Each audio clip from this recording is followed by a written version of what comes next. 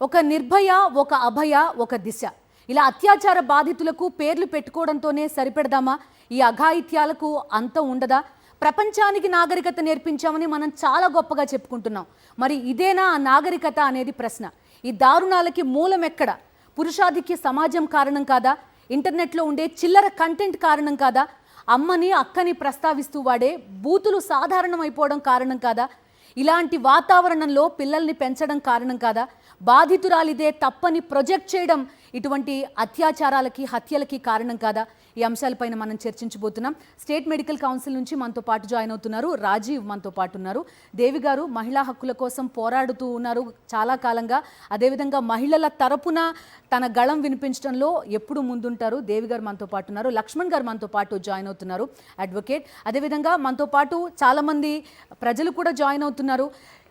కేవలం డాక్టర్లు మాత్రమే కాదు, చాలామంది రోడ్ల మీదకి వచ్చి ఈ అత్యాచారం, హత్య ఘటనల్ని ప్రశ్నిస్తున్నారు. మొత్తం పురుష సమాజాన్ని నేరస్తులుగా చూపించడం ప్రయత్నం కాదు, కానీ మన పిల్లల్ని ఈ సమాజంలో సరైన వాతావరణంలోనే పెంచుతున్నామా అనేది ఒక ప్రశ్న. వీటన్నిటి గురించి కూడా మనం మాట్లాడబోతున్నాం. దేవి గారు, మీతోనే మొదలు పెడతాను. మొదట చెప్పుకున్నట్టుగా అరుణా షాన్బాగ్ ఘటన, ఆ తర్వాత నిర్భయ, దిశ, ఇప్పుడు అభయ, ఇలాంటి వరుస ఘటనలు ప్రతిసారి ఇలా మాట్లాడుకోవడం. ఒక్కొక్క టైంలో నిర్భయ లాంటి టైంలో ఒక కఠినమైన చట్టాలు తీసుకొచ్చారు, ఫాస్ట్ ట్రాక్లో ట్రయల్ చేశారు, అయిపోయింది. మళ్ళీ అటువంటి ఘటన మరొకటి చూస్తున్నాం. డాక్టర్ల సమాజం అంతా లిటరల్గా రోడ్లపైకి వచ్చి మాకు న్యాయం కావాలని అడగడం చూస్తున్నాం. మొదట ఎవరైతే ఈ డాక్టర్కి సంబంధించిన ఫోటోలు, ఆ ఇన్సిడెంట్ని షేర్ చేస్తున్నారో వాట్సాప్లో, వాళ్ళందరికీ మీ టీవీ తరఫున మీరు విజ్ఞప్తి చేయండి, నేను కూడా విజ్ఞప్తి చేస్తాను. అవన్నీ దయచేసి డిలీట్ చేసేయండి. ఈ వికృతానందం, చొంగలు గార్చుకుంటూ ఇలాంటి సీన్లు చూసే పద్ధతి, ఆ అమ్మాయి ఫోటోని షేర్ చేస్తూ, చాలా ఫోటోలు నాకు షేర్ చేస్తున్నారు చాలా గ్రూపుల్లో. ఈ తిక్క పనులు మానేయండి. ఇట్స్ ఏ క్రైమ్, అది నేరం. సుప్రీంకోర్టు ఆమె ఐడెంటిటీకి సంబంధించి, ఆమె పేరెంట్స్కి సంబంధించి, ఆమె ఫోటోకి సంబంధించి ఎటువంటి సమాచారం ఇచ్చినా అది నేరం కింద పరిగణిస్తుంది. మనం కూడా పరిగణించాలి. అది ఆమె గోప్యతకి సంబంధించిన అంశం. It's about her dignity. Having said that, మీరు చూపించిన ఎన్సీఆర్బీ డేటాలో నేను కేవలం కొన్ని పేర్లు ఏవైతే సంచలనాలుగా, మైలురాళ్లుగా కొన్ని చట్టాలకు కారణమైనయో వాటి గురించి కూడా మాట్లాడతాను, కానీ వాటి గురించే మాట్లాడడం సరైంది కాదు. మీరు వ్యాస్ట్ టాపిక్ తీసుకున్నారు. ఇందులో మొదటి విషయం, ఎన్సీఆర్బీ డేటాలో 1,98,000 పైచిలకు ట్రయల్కి వచ్చినాయి అని చెప్పారు. అవి పాతకాలం నుంచి, అంటే పాస్ట్ 5-6 ఇయర్స్ నుంచి కాదు, 8-9 ఇయర్స్ నుంచి పెండింగ్ ఉన్న కేసులు కూడా ట్రయల్ లెక్కది. అవును. దాని తర్వాత మీరు ట్రయల్లో కన్విక్షన్ రేట్ 27 చెప్పారు. ఏమండి, 1,98,000లో 5,000 పైచిలకు కన్విక్షన్ వస్తే అది లెస్ దాన్ 2.5% కన్విక్షన్ అవుతుంది. 27 లెస్ దాన్ 5%, అంటే 2 లక్షల్లో 5,000 కదా, అంటే 2.5% అవుతుంది. ఆ 3% అవుతుంది. ఓవరాల్గా అనేక స్టేట్స్లో రేప్ కేసుల్లో కన్విక్షన్ రేట్ 3% ఉంది. సరే, ఇది ఎందుకుంది, చట్టాలు అవి మాట్లాడదాం. ఇక్కడ మనం అర్థం చేసుకోవాల్సింది, ప్రతిసారి నీకు ఈ rape or violence against women ఎందుకని పెరుగుతూ ఉంది? ఈ ప్రశ్న నిర్భయ దగ్గర నుంచి మొదలుపెట్టి అంతకు ముందు నుంచి మేము అడుగుతున్నాం. ఎవరైతే ఫీల్డ్లో ఉన్నామో మేము అడుగుతూ ఉన్నాం. దీంట్లో కేవలం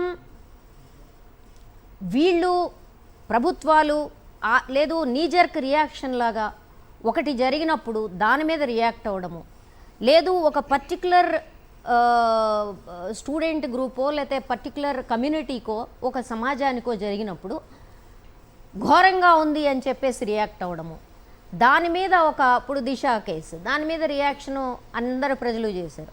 దాని మీద ఒక ఎన్కౌంటర్ జరగగానే మన ఆత్మలు సంతృప్తి పడిపోయి వదిలేసాం. ఆ తర్వాత నేను మీకు చెప్తాను, ఫర్ ద పాస్ట్ 2 months హైదరాబాద్లో మా జాయింట్ యాక్షన్ మెంబర్స్ పనిచేస్తున్నారు. వారానికి 2 చొప్పున చైల్డ్ రేప్స్ జరుగుతున్నాయి. మీడియా రిపోర్టింగ్ ఎంత, మన రియాక్షన్ ఎంత? ఎక్కడన్నా ఉందా? అంటే మీడియాలో హైలైట్ అయిన ఇష్యూస్ మీద మాత్రమే స్పందించే ఒక ప్యాసివ్ పౌర సమాజం కూడా మనకి ఇక్కడ ఉంది. So don't we forget it. Government మీద తోద్దాం, లా మేకర్స్ ఎవరైతే ఉన్నారో వాళ్ళ రెస్పాన్సిబిలిటీస్ అడుగుదాం, ఎవరైతే పోలీసు ఉన్నారో వాళ్ళ యాక్షన్ అడుగుదాం, కన్విక్షన్ రేట్ అడుగుదాం జ్యుడిషియరీ నుంచి. కానీ దాని ముందు మనమేంటి, ఒక సమాజంగా మనం ఏ రకమైన సెక్యూరిటీ ఇస్తున్నాం? నా అక్క చెల్లెళ్ళు, నా భార్యా బిడ్డలు ఉండాలి, ఓకే. బట్ నువ్వు బయటికి వెళ్తే నువ్వు పెట్టుకుని ఏ కళ్ళజోడుతో ఆడవాళ్ళని చూస్తున్నావు. నువ్వు వెళ్ళి కూర్చుని ఒక సినిమాలో ఆడదాని శరీరాన్ని అక్కడ ఎగ్జిబిషన్ కమర్షియల్ పెట్టినప్పుడు నువ్వు విజిల్ కొడుతున్నావు, పూలేస్తున్నావు, వాడు ఎవడో పనికిమాలిన హీరో అక్కడ ఉన్నాడు, వాడు అమ్మాయిని అనవసరంగా తాకుతుంటాడు, నువ్వు వెళ్ళి అసభ్యంగా చేసే ఆ క్యాబరే డ్యాన్సులకి నువ్వు విజిలేస్తావు. So there is a rapist in you. నేను చెప్పదలుచుకుంది, you are capable of raping when you do it. నువ్వు ఎప్పుడైతే స్త్రీ శరీరాన్ని అలా చూసావో, అలా చేసావు, అది హీరో పేరు మీద చేస్తున్నావా, నీ ఫేవరెట్ పేరు మీద చేస్తున్నావు పక్కన పెట్టు. ఏ నిమిషానైతే నువ్వు ఆ విజిల్ కొట్టావో నువ్వు రేపిస్ట్ అవడానికి నీకు పూర్తి అవకాశాలు ఉన్నాయని చెప్తున్నా నేను. రెండోది, ఏ నిమిషానైతే నీ బిడ్డకి నువ్వు, ఇంట్లో నీ చెల్లెలకి నువ్వు ఎందుకు నువ్వు జాగ్రత్తల్లో ఉండవు, నువ్వు ఎందుకు ఇలాంటి బట్టలు వేసుకుంటావు అని అడిగావో, నువ్వు ఒక విక్టిమ్ని అక్కడ తయారు చేస్తున్నావు అని అర్థం. ఒక బాధితురాలు నువ్వు తయారు చేస్తున్నావు. ఏ బాధితురాలు అయితే ఎక్స్ట్రాడినరీ సర్కమ్స్టెన్స్, ఇప్పుడు ఆ అమ్మాయిది, ఆ డాక్టర్ది ఎక్స్ట్రాడినరీ సర్కమ్స్టెన్స్. కానీ కామన్గా నువ్వు ఇవాళ బస్సులో వెళ్తే, సరే ఇవాళ తెలంగాణ బస్సుల్లో ఆడవాళ్ళు ఎక్కువైపోయారు కాబట్టి చేతులు రావడం తగ్గిపోయింది, కానీ ఒకళ్ళ మీద ఒకళ్ళు పడుతున్నారు కానీ మగాళ్ళు పడతలేదు, అది సంతోషించాల్సిన విషయం. బస్సు సీట్లలో నా సుదీర్ఘ ప్రయాణ అనుభవం చెప్తున్నా. ఒక ఒంటరి అమ్మాయి, ఒంటరి ఆడది ప్రయాణం చేస్తుంటే సీటు వెనక నుంచి చెయ్యో కాలో పెట్టొచ్చు అనుకునే మనస్తత్వం ఏదైతే ఉందో, ఇది రేపిస్ట్ మనస్తత్వం కదా. నేను పోర్న జోలికి, రేపిస్టులు, బనాయించేవాళ్ళు డైరెక్ట్గా వాళ్ళ గురించి మాట్లాడట్లా. రోజువారీ జీవితంలో జరిగే ఈ ఘటనలు ఎంతమందిని సతాయించట్లే. హైదరాబాద్ సిటీలో 76% మహిళలు రోజువారీ దీనికి గురవుతున్నారు. ఇది ఒక భాగం. రెండో భాగం, when it comes to work place, మన అభిప్రాయం ఏంటి వర్క్ ప్లేస్ మీద, ఆడవాళ్ళు పనిచేసే దాని మీద, మీ మీడియా సంస్థలతో సహా. దానికి నిర్భయ జరిగిన కాలంలోనే workplace prevention of workplace harassment act, దేన్నైతే మనం పోష్ అని అంటామో, అది వచ్చింది. ఈ పోష్ అనే చట్టము పనిచేసే ప్రదేశాల్లో స్త్రీల మీద లైంగిక వేధింపులు అరికట్టే చట్టం ఏదైతే ఉందో, అప్పుడు వచ్చిన 2 అమెండ్మెంట్స్ 2013లో వచ్చినాయి నిర్భయకి, 12లో వచ్చింది ఇది, 12 డిసెంబర్లో. ఈ రెండిట్లో ఉన్న కీలకమైన, ముఖ్యంగా పోస్ట్లో ఉన్న ముఖ్యమైన అంశం ఏంటి, మీడియా సంస్థలతో సహా. ఐ పాయింట్అవుట్ మీడియా సంస్థలు, ఎందుకంటే డాక్టర్స్ మాదిరిగానే day in and day out మీరు ఎక్కువ పనిచేస్తారు, నైట్ షిఫ్ట్లు పనిచేస్తారు, మన ఐటీ సెక్టార్లో అమ్మాయిలు. సో ఇవి కొన్ని సెక్షన్స్ ఉన్నాయి. ఫ్యాక్టరీల్లో ఇప్పుడు కోవిడ్ తర్వాత షిఫ్ట్లు, అన్ని షిఫ్ట్లో పనిచేయాలి, ఆడవాళ్ళకి ఏ సౌకర్యాలు కల్పించక్కర్లేదని 35 లేబర్ లాస్ని ఫ్రీజ్ చేశారు. సో ఈ వర్క్ ప్రదేశాలన్నిట్లో ఆడవాళ్ళని సెక్చువల్ హెరాస్మెంట్ గురి కాకుండా ఆపటం కోసం ఏర్పడిన ఈ చట్టం, ఇట్స్ ఎ మ్యాండేటరీ. ఎన్ని మీడియా సంస్థల్లో, ఎన్ని ప్రైవేట్ సంస్థల్లో ఎవరికీ మినహాయింపు లేదు. ఈ యూనివర్సిటీ ఏదైతే ఉందో దాంతో సహా, మీ కాలేజెస్ ఏవైతే ఉన్నాయో వాటితో సహా ఇంటర్నల్ కంప్లైంట్స్ కమిటీస్ ఉండాలి, అంతర్గత ఫిర్యాదుల కమిటీ ఉండాలి. కానీ మీరు నిజంగా థియరిటికల్ గా చట్టం ప్రకారం ప్రాక్టికల్ గా చెప్తున్నాను కాదు నేను చెప్తాను. మీరు వర్క్ ప్లేస్ హెరాస్మెంట్ అని చెప్పారు, నిజంగా ఎంతమంది వర్క్ ప్లేస్ హెరాస్మెంట్ ని రిపోర్ట్ చేయగలరు? నేను అదే వస్తున్నా, దానికి కూడా వస్తుంది. నేను చాలా ఐసీసీలో ఉన్నా. నేను కేవలం వర్క్ ప్లేస్ ఇది మాత్రమే కాదండి, అంటే మూలాలు అసలు ఎక్కడున్నాయి? మూలాలు ఎక్కడున్నాయంటే, నీకు ఒక వర్క్ ప్లేస్ హెరాస్మెంట్ తీసుకురావడానికి బన్వరీదేవి రేపు జరిగిన తర్వాత, మీరు బన్వరీదేవిని మర్చిపోయారు, she is an anganwadi worker. ఆమె 23 సంవత్సరాలు తన మీద గ్యాంగ్ రేపు, అగ్రవర్ణాల గ్యాంగ్ రేపుని సవాల్ చేయడం కోసం సుప్రీంకోర్టు దాకెళ్ళి 23 ఏళ్ళు తను ఫైట్ చేసింది, చివరికి చచ్చిపోయింది. ఇంతవరకు న్యాయం జరగలేదు తన రేప్ కేసులో. అదే సందర్భంలో చట్టం వచ్చింది, విశాఖ గైడ్లైన్స్ వచ్చాయి, చట్టం వచ్చింది. నేను అడుగుతుంది, వాళ్ళ వర్క్ ప్లేస్లో రెస్ట్ రూమ్స్ లేవు, ప్రొటెక్షన్ లేదు, సెక్యూరిటీ లేదు, సీసీ కెమెరాస్ పనిచేయట్లేదు, డాక్టర్స్ పరిస్థితి ఇట్లుంటే మామూలు ఆడవాళ్ళ పరిస్థితి ఏంటి, కూలికి వెళ్ళే మహిళ పరిస్థితి ఏంటి? నీ ఐసీసీసీలు ఏవైతే మ్యాండేటరీనో వాటి మానిటరింగ్ ప్రభుత్వాలు ఎందుకు చేయట్లేదు నా ప్రశ్న అది. రెండోది, ఇవాళ మన కలెక్టర్స్ ఉన్నారు, అడ్మినిస్ట్రేషన్స్ ఉన్నారు, సీఎంస్ ఉన్నారు. నేను మీ అందరిని అడుగుతున్నా, ప్యాథటిక్, నేను ఒక ట్రైనర్గా అడుగుతున్నా, ప్యాథటిక్ సిచ్యుయేషన్ ఏంటంటే లోకల్ కంప్లైంట్స్ కమిటీ పెట్టాలి ఆడవాళ్ళ కోసం. లోకల్ కంప్లైంట్స్ కమిటీ నామినేట్ చేయాల్సింది కలెక్టరు. దాంతోపాటుగానే మొత్తం స్టాఫ్ని, ఏదైతే స్టాఫ్ అది ప్రైవేట్ స్టాఫా గవర్నమెంట్ స్టాఫా నిమిత్తం లేకుండా, మగవాళ్ళ ఆడవాళ్ళ సంబంధం లేకుండా, మనకు ఇదో తమాషా ఉంది, ఆడవాళ్ళని ఎడ్యుకేట్ చేయటం కాదు, మగవాళ్ళని ఎడ్యుకేట్ చేయటం. ఎంతమందికి మీ ఇక్కడ కూర్చున్న ఆడియన్స్లో ఈ పని ప్రదేశాల్లో లైంగిక వేధింపుల చట్టం ఉంది, దాని ప్రకారం మేము ఈ పనులు చేయకూడదు అనే విషయం ఎంతమంది తెలుసు అడగండి మీరు. మీరు స్టార్ట్ చేసిన దగ్గర నుంచి నా ఎగ్జాక్ట్ పాయింట్ అదే, ఎంతమంది చట్టాలు తెలుసు కానీ ఒకటి చట్టాలు తెలియడం ఒకటే కాదండి, అసలు ఎందుకు అలా బిహేవ్ చేయాలి చట్టాలు మీకు తెలియక్కర్లేదు. కానీ ఇక్కడ పోష్ యాక్ట్ లో ఉండే ప్రొవిజన్స్ ఏవైతే ఉన్నాయో దాంట్లో స్పెషాలిటీ ఏంటంటే నీ మొత్తం స్టాఫ్ కి నువ్వు ట్రైనింగ్ ఇవ్వటం మ్యాండేటరీ బై లా, మిగిలిన లాస్ కి మ్యాండేటరీ కాదు, దీని మ్యాండేటరీ, అనివార్యం, నువ్వు చేసి తీరాలి. నువ్వు చేసి తీరాల్సిన అంశాల మీద నువ్వు ఎప్పుడన్నా ప్రశ్నించావా? ఉందా లేదా నీ ఐసీసీ, ఉందా లేదా నీది ఎల్సీసీ? ఎంతమంది కలెక్టర్స్ తెలుసు ఎల్సీసీ పెట్టాలని? నేను ఒక ఘటన చెప్తా, స్టేట్ వదిలిపెట్టండి. ఇంకోటి, నేను ఏదో ట్రైనింగ్ మీద వెళ్తే పాపం ఒక ఆఫీసరు, మేడం మీరు ఐసీసీ మీద ట్రైనింగ్ ఇస్తున్నారని తెలిసింది, మా కలెక్టర్ గారు నేను నన్ను ఐసీసీ కమిటీ కన్వీనర్ వేశారు, ఇదేంటి అని అడిగింది. మేడం పొద్దున్నుంచి ఇస్తున్నాను మీకు ఐసీసీ కమిటీస్ మీద నేను, మరి మీరు పొద్దున్నుంచి కూర్చోపోయారా అన్న. నాకు ముందు తెలియదండి, ఇదిగో 10 మీటింగులు పెట్టారు రాలేకపోయినాను. ఆమె పరిస్థితి ఇది, ఆమెకు ఆ చట్టం తెలియదు, బ్యాక్గ్రౌండ్ తెలియదు, ప్రొవిజన్స్ తెలియదు, క్లాజెస్ తెలియదు. ఆమె ఐసీసీ కన్వీనరు.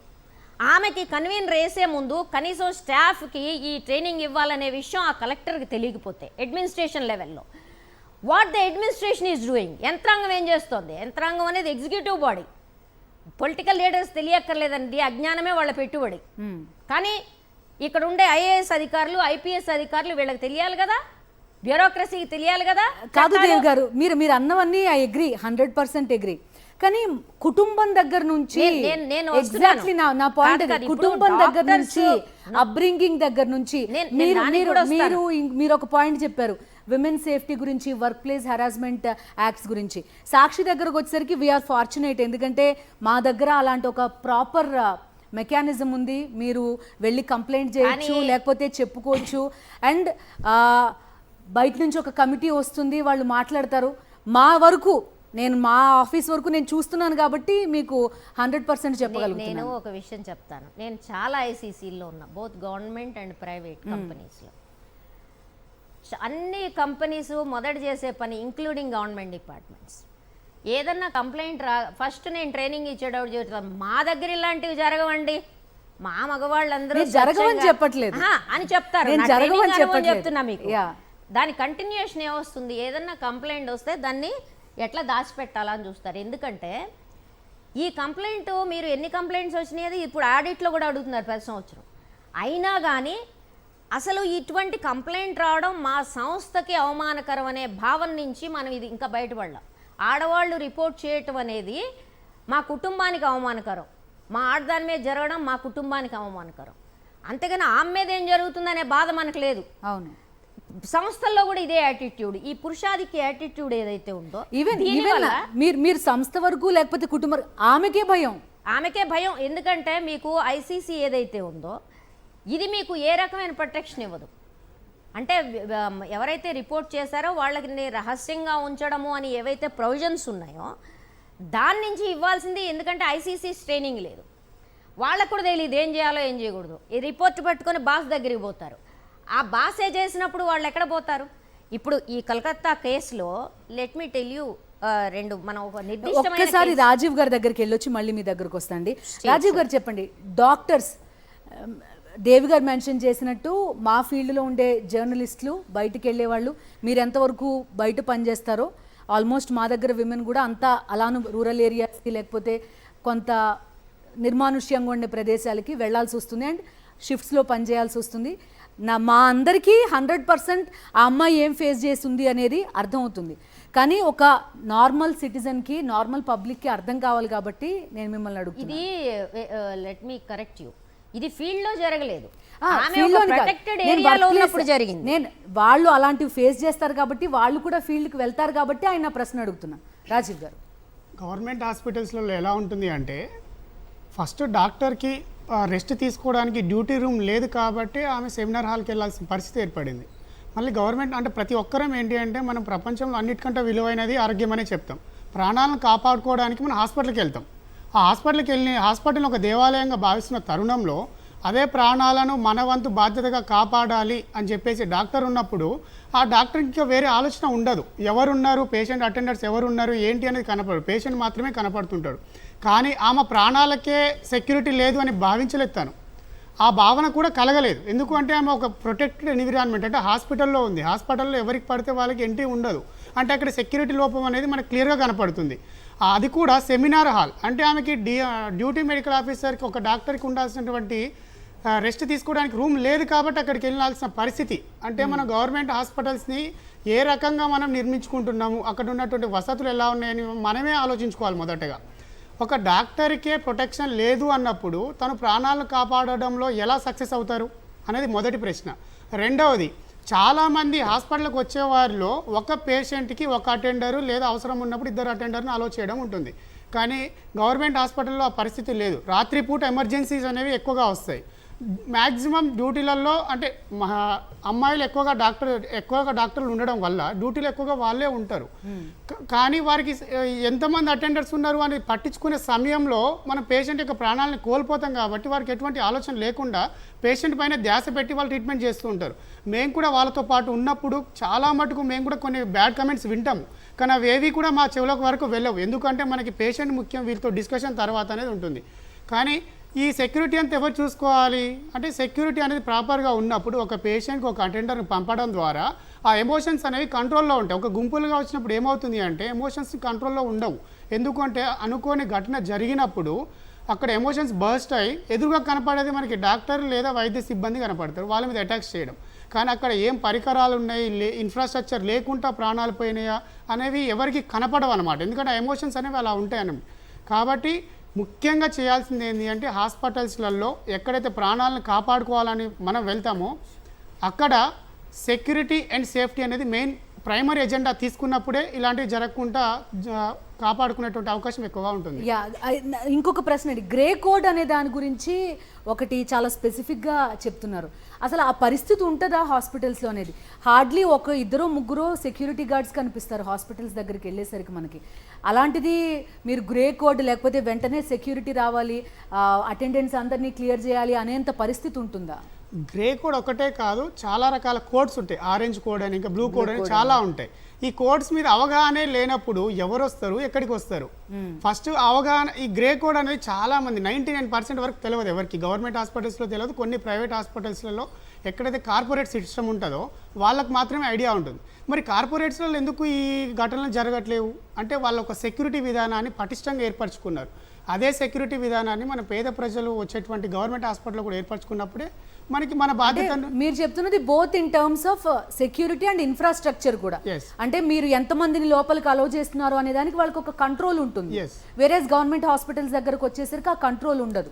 ఇప్పటికిప్పుడు మనం ఏ గవర్నమెంట్ హాస్పిటల్కి వెళ్ళినా ఇక్కడ నుంచి ఇక్కడ ఎంతమంది ఉన్నామో అంతమంది వెళ్ళిపోవచ్చు. ఎక్కడ సెక్యూరిటీ అనేది ఉండదు. ఒక ఇద్దరు ఒకరు ఉండొచ్చు, వాళ్ళు కూడా వీళ్ళు 10 మంది వెళ్ళినప్పుడు అతను కూడా భయపెట్టి లోపలికి వెళ్ళిపోతారు. ఎందుకంటే నేను కూడా ఒక గవర్నమెంట్ హాస్పిటల్లో పనిచేసిన కాబట్టి ఈ ఎక్స్పీరియన్స్ ఉంది కాబట్టి చెప్తున్నాం. చాలా మటుకు ఇట్లా ఉంది, ఇది మారాలి మొదటగా. రెండోది, హాస్పిటల్కి వచ్చే ప్రతి ఒక్కరికి ప్రాణాలు దక్కాలి అంటే అది మన చేతుల్లో లేని పని. దురదృష్టవశాత్తు కొన్ని జబ్బులు ఎట్లా అంటే ట్రీట్మెంట్కు కూడా లొంగవు. ఈ ట్రీట్మెంట్కి కూడా లొంగని జబ్బులున్న తరుణంలో డాక్టర్ ప్రాణాలకే రక్షణ లేదు అని తెలిసినప్పుడు డాక్టర్ యొక్క మనోస్థితి ఎట్లా ఉంటుంది, మనోధైర్యం ఎలా ఉంటుంది? మనం ఎప్పుడైతే మెంటల్గా ధైర్యంగా ఉండగలమో అప్పుడు కరెక్ట్గా ఆలోచించగలం, కరెక్ట్గా ట్రీట్మెంట్ చేయగలం. ఈ మీరు అడిగినట్టు కోర్స్ విషయానికి వస్తే వాటి గురించి అవగాహన కల్పించాలి. ఒకటి, ఆ కోర్స్ జరిగినప్పుడు అనౌన్స్మెంట్ ఉంటుంది అనమాట, గ్రే కోడ్ అనౌన్స్మెంట్. అంటే అక్కడ ఆ సిస్టమ్ ఉండాలి. ఆ సిస్టమ్ లేనప్పుడు గ్రే కోడ్ గురించి తెలిసినా వేస్ట్. కాబట్టి ఆ కోడ్స్ని గురించి మనం అవగాహన కల్పిస్తూ దానికి సంబంధించినటువంటి ఒక ప్రోటోకాల్ ఏర్పరచుకున్నప్పుడే మనము వీటిని అమలుపరచడానికి అవకాశం ఉంటుంది. ఓకే, గంగా భవాని గారు మనతో పాటు జాయిన్ అవుతున్నారు. ఒకసారి ఆవిడతో కూడా మాట్లాడదాం. వైజాగ్ నుంచి మనతో పాటు జాయిన్ అవుతున్నారు. నమస్తే గంగా భవాని గారు, వినిపిస్తుందా?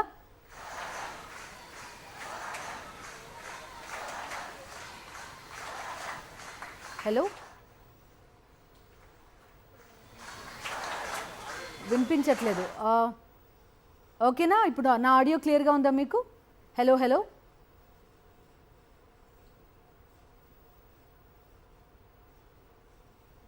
ఓకే, మీ దగ్గరికి మళ్ళీ వస్తానండి. ఓకే, నాకు గంగా భవాని గారు ఆడియో ఇస్తారా పీసీఆర్ స్టూడియోకి? హలో,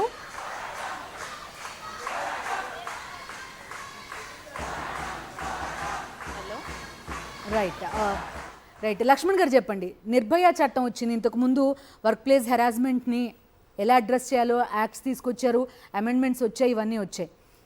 చట్టాలు ఒక ఎత్తు ముందుగా చెప్పినట్టుగా, కానీ అలా జరుగుతోందా? ప్రాక్టికల్గా దాన్ని ఇంప్లిమెంట్ చేయడానికి కావాల్సిన వ్యవస్థ మన దగ్గర ఉందా? మీరు ముందుగా చెప్పినట్టు క్రైమ్ రేట్ పెరుగుతుంది, కన్విక్షన్ రేట్ తగ్గుతుంది అనడానికి కారణం ఏంటంటే నిర్భయ ఘటన జరిగిన తర్వాత చట్టంలో మార్పులు వచ్చినాయి. 354, 1, 2, 3 ABCDలు వచ్చినాయి. 376 రేప్ కేసులో కూడా 1, 2, 3లు వచ్చాయి. అంటే అమెండ్మెంట్స్ జరిగిన తర్వాత కూడా అంటే ఇంకా క్రైమ్ రేట్ పెరిగింది. అంటే ఇక్కడ ఏంటంటే అక్కడ అప్పుడు 41 years CRPC అనేది రేపు సంఘటన జరిగిన తర్వాత కన్విక్షన్, డెత్ కన్విక్షన్ ఉన్నా కానీ అక్కడ ప్రాపర్ ఇన్వెస్టిగేషన్ లేనప్పుడు, ప్రాపర్ ఇంప్లిమెంటేషన్ లేనప్పుడు అంటే టైం పీరియడ్ అనేది మన చట్టాలలో లేదండి. మీరు అన్నారు కదా ఇండియాలో ఉన్న చట్టాలు పటిష్టంగా లేవని ఒక అడ్వకేట్గా నేను చెప్తున్నా. ఇండియాలో చట్టాలు పటిష్టంగా ఒకసారి ఈ పర్టిక్యులర్ కేసు మనం ఇది వార్తల్లో ఉంది కాబట్టి నేను అడుగుతున్నా. అవునండి, అసలు జరగాల్సింది ఏంటి ఇన్వెస్టిగేషన్ విషయంలో, ఈ కేసులో జరిగింది ఏంటి అన్నదానికి మీకు కనిపించిన లోపాలేంటి? ఇన్సిడెంట్ జరిగిన దగ్గర నుంచి 3 AM to 10 AM మధ్య అసలు ఆ అమ్మాయి ఎక్కడుంది అనేది ఎవరో అసలు పట్టించుకోలేదట, వాళ్ళ మదర్ కాల్ చేసేంత వరకు. సో ఆ తర్వాత హాస్పిటల్ పైనే దాడి చేశారు. ఏం జరగాలి లా ప్రకారం, అక్కడ ఏం జరిగింది?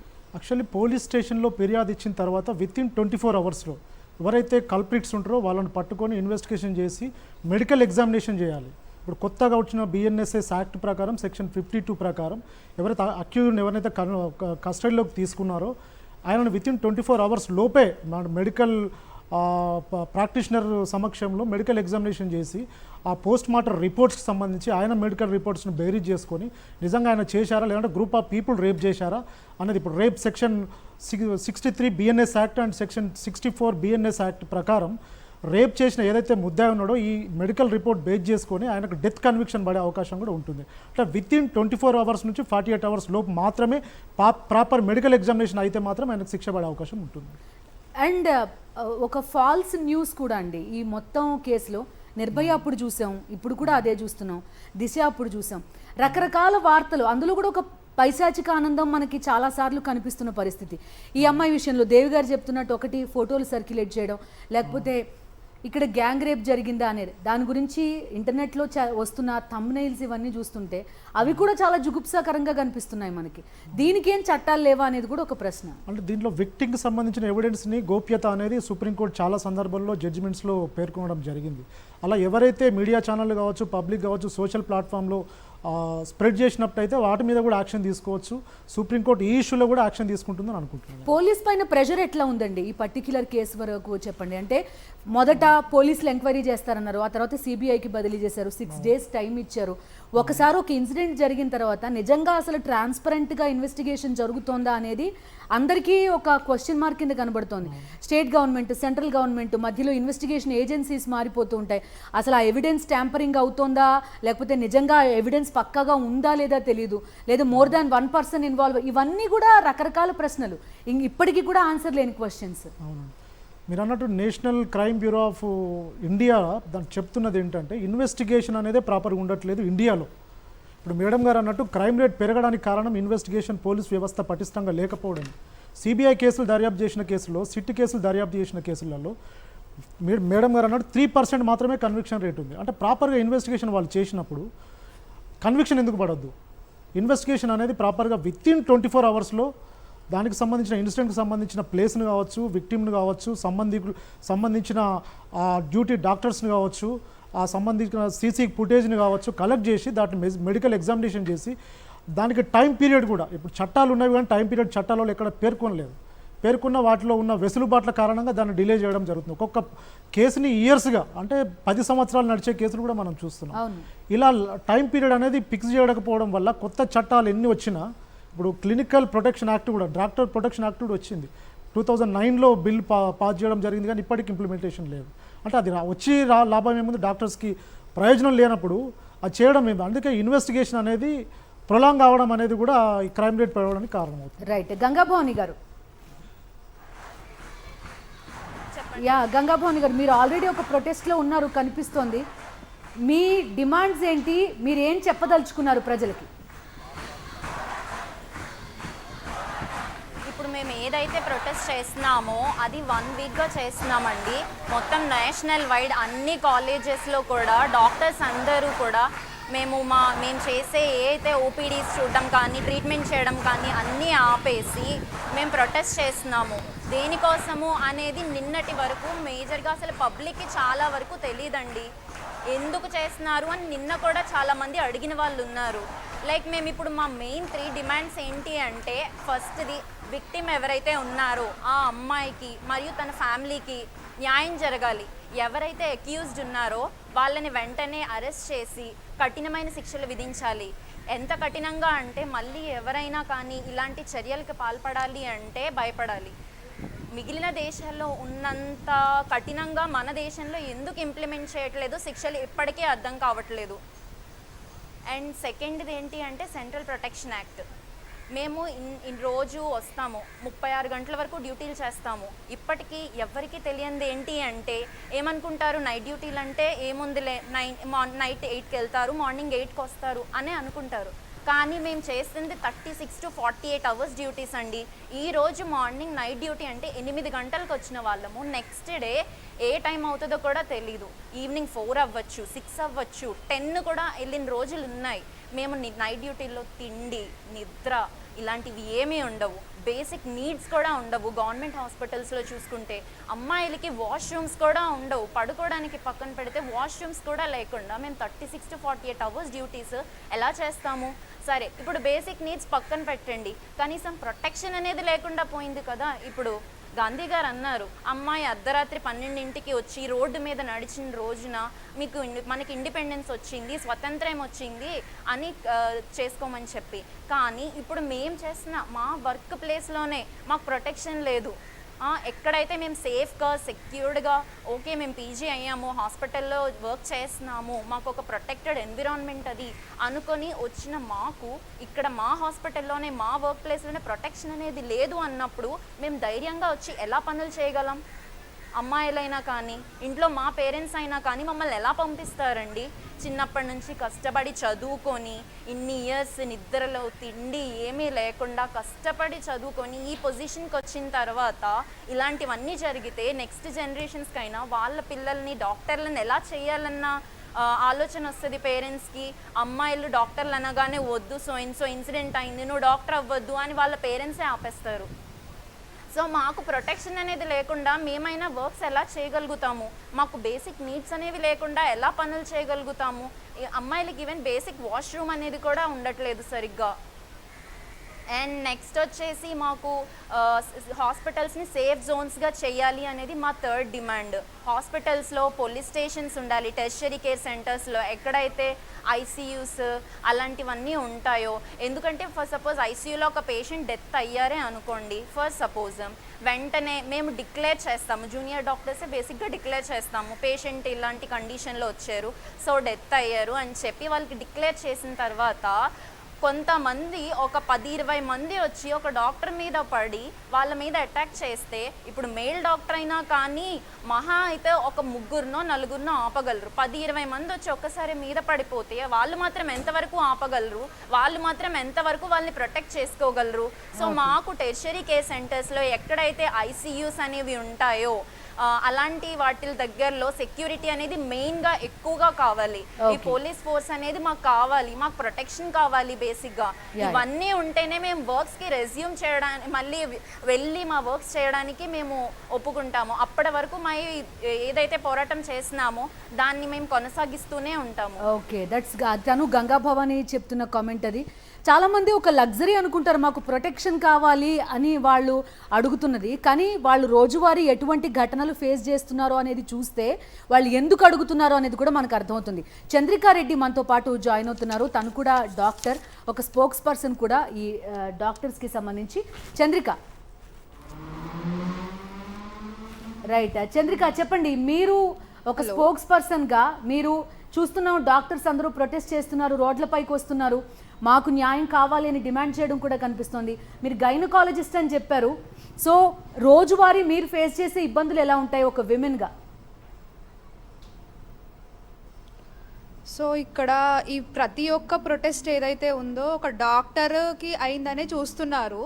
నేనేం చెప్పాలనుకుంటున్నా అంటే ఫస్ట్ ఇది ఒక మహిళకు అయింది, అది గుర్తించండి. ప్రతి ఒక్క జనరల్ పబ్లిక్కి ఇది నేను ఏం చెప్పాలనుకుంటున్నా అంటే ఫస్ట్ ఒక మహిళకు అయింది ఇన్సిడెంట్, తను తర్వాత డాక్టర్, ఫస్ట్ తను మహిళ. ఏంటంటే ఇది ఒక డాక్టర్ ఫ్రెటర్నిటీకి అంకితం చేసేసి ఓన్లీ డాక్టర్స్ది ప్రాబ్లము అని చెప్పి ఏ జనరల్ పబ్లిక్ కానీ, సెలబ్రిటీస్ కానీ, పొలిటీషియన్స్ కానీ, ఇతర పెద్ద వ్యక్తులు కానీ ఎవ్వరు కూడా దీనికి సపోర్ట్ చేయట్లేదు.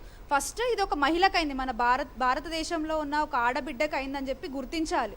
సెకండ్ థింగ్ ఏంటంటే ఒక వర్క్ ప్లేస్లో అయింది, అంటే ఒక వర్క్ ప్లేస్ అది ఒక హాస్పిటల్. ఇప్పుడు ప్రతి ఒక్క డాక్టర్కి సెకండ్ హోమ్, హాస్పిటల్ అన్నది ఒక సెకండ్ హోమ్. తను ఒక 36 గంటల డ్యూటీ చేసి ఒక 10 నిమిషాలు రెస్ట్ తీసుకోవడానికి తనకు అక్కడ సరైన ఫెసిలిటీ లేక, ఒక రెస్ట్ రూమ్ లాంటిది లేక సెమినార్ హాల్లో వెళ్ళి ఒక 5-10 మినిట్స్ పడుకోవడానికి వెళ్ళింది. ఆ టైంలో ఈ దుర్ఘటన జరిగింది.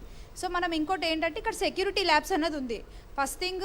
నెక్స్ట్ ఏంటంటే అక్కడ రక్షకుడిగా ఉన్నోడే పని చేయడం జరిగింది, అంటే ఒక సివిల్ పోలీస్ అనేటోడే ఆమె మీద అటాక్ చేయడం జరిగింది. అంటే ఇక్కడ మేము ఎవరిని నమ్మాలి? ఇంకా మేము రక్షకులు అనుకున్న వాళ్ళే ఇట్లా చేస్తే ఇంకా మేము ఎవరిని నమ్మాలి? ఏ సిస్టమ్ని నమ్మాలి దీని మీద? ఇప్పుడు మేము పోలీస్ వాళ్ళని నమ్మాలా, లేకపోతే మినిస్టర్స్ని నమ్మాలా, సూపరింటెండెంట్స్ని నమ్మాలా, ప్రిన్సిపల్స్ని నమ్మాలా, మా చుట్టూ ఉన్న పబ్లిక్ని నమ్మాలా? ఎవరిని నమ్మాలి? నేను ఒకటే చెప్తున్నా ఏంటంటే ఇవన్నీ సీసీటీవీ కెమెరాస్ పెడతారు, సర్వేలెన్స్ అవుతుంది, ఉమెన్ సెల్ పెడతారు, గ్రీవెన్స్ సెల్ పెడతారు, ఇవన్నీ ఉంటాయి. కానీ ఏంటంటే ఎవ్రీథింగ్ ఈజ్ లైక్ నెలలు తీసుకుంటుంది. రేప్ అయింది, మర్డర్ అయింది, పేరెంట్స్ ఎంతో బాధపడుతున్నారు, ఇదేమి పట్టట్లేదు. అది ఒక్కటే కాదు చంద్రిక, అసలు జరగకుండా కదా చూడాల్సింది. జరిగిన తర్వాత మీరు ఆధారాలు సేకరించాలా, సర్వైలెన్స్ ఉందా, ఇవన్నీ తర్వాత అసలు జరగకుండా కదా కావాల్సింది. జరగకుండా కావాలంటే దీనికి కఠినమైన సిస్టమ్ ఒకటి ఉండాలి. ఇప్పుడు యూకే, యుఎస్, కెనడాలో నో జీరో టాలరెన్స్ పాలసీ అని ఒకటి ఉంది. హెల్త్ కేర్లో నో జీరో టాలరెన్స్ పాలసీ అంటే they will not tolerate at any cost. నీకు హెల్త్ కేర్ వర్కర్ ఎవరైనా సరే, అది డాక్టర్ అయినా సరే, ఒక సిస్టర్ అయినా సరే, ఒక హెల్త్ టెక్నీషియన్ అయినా సరే, ఎవరైనా సరే హెల్త్ కేర్లో పనిచేసే ఎవరి మీదన్నా అక్కడ వర్క్ ప్లేస్లో అటాక్ అయితే they will not tolerate. Within 1 hour they will take legal action, and that too very big legal action. అది ఏదైనా సరే ఆ సిస్టమ్ అన్నది మన ఇండియాలో రావాలి. ఎందుకంటే ఇక్కడ చెప్పాలంటే మనము ఇండియాలో ఉన్నందుకు ఒక రకంగా అదృష్టాలు. ఎవరైతే జనరల్ పబ్లిక్ ఉన్నారో యూకే, యుఎస్, కెనడాలో ఒక స్పెషలిస్ట్ని కలవాలంటే ఒక 1.5 months 2 months టైం పడుతుంది మనకు. అట్లాంటిది ఇక్కడ ఒక సూపర్ స్పెషాలిటీ లెవెల్లో కూడా ఒక డాక్టర్ని కలవాలంటే ఒక 2-3 hours you can get easy appointment. అట్లాంటి హెల్త్ కేర్ సిస్టమ్ ఉన్నప్పుడు గవర్నమెంట్ నుంచి కూడా కఠినమైన ఈ లాస్ వచ్చినాయి అనుకో, ఈ హెల్త్ కేర్ అన్నది ఇంకా డెవలప్ అవుతుంది. మనం ఒక మెడికల్ టూరిజం లాగా చేసుకుంటాము. ఇప్పుడు వేరే వెస్టర్న్ కంట్రీస్ అందరూ మంచిగా హ్యాపీ ఫీల్ అవుతారు, అరే ఇక్కడ డాక్టర్స్ ఈజీగా అవైలబుల్ ఉన్నారు, మనం ఇక్కడ వచ్చి ట్రీట్మెంట్ చేసుకోవచ్చు.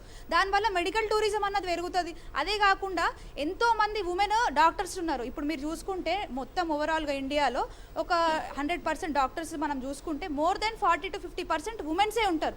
అట్లాంటప్పుడు ఉమెన్ ఎంప్లాయ్మెంట్ అన్నది మనం ఇవ్వాలి. ఉమెన్స్ అందరు అంత ఎంప్లాయీస్ ఉన్నప్పుడు మనకు కరెక్ట్ ఫెసిలిటీస్ ఉంటే ఇంకా ఇది మొత్తం భారతదేశానికి ఇంకా ముందు తీసుకెళ్తుంది. కానీ మేము ఎక్కడ కూడా భారతదేశాన్ని వెనక తీసుకెళ్లే ప్రయత్నం అయితే చేయట్లే కదా.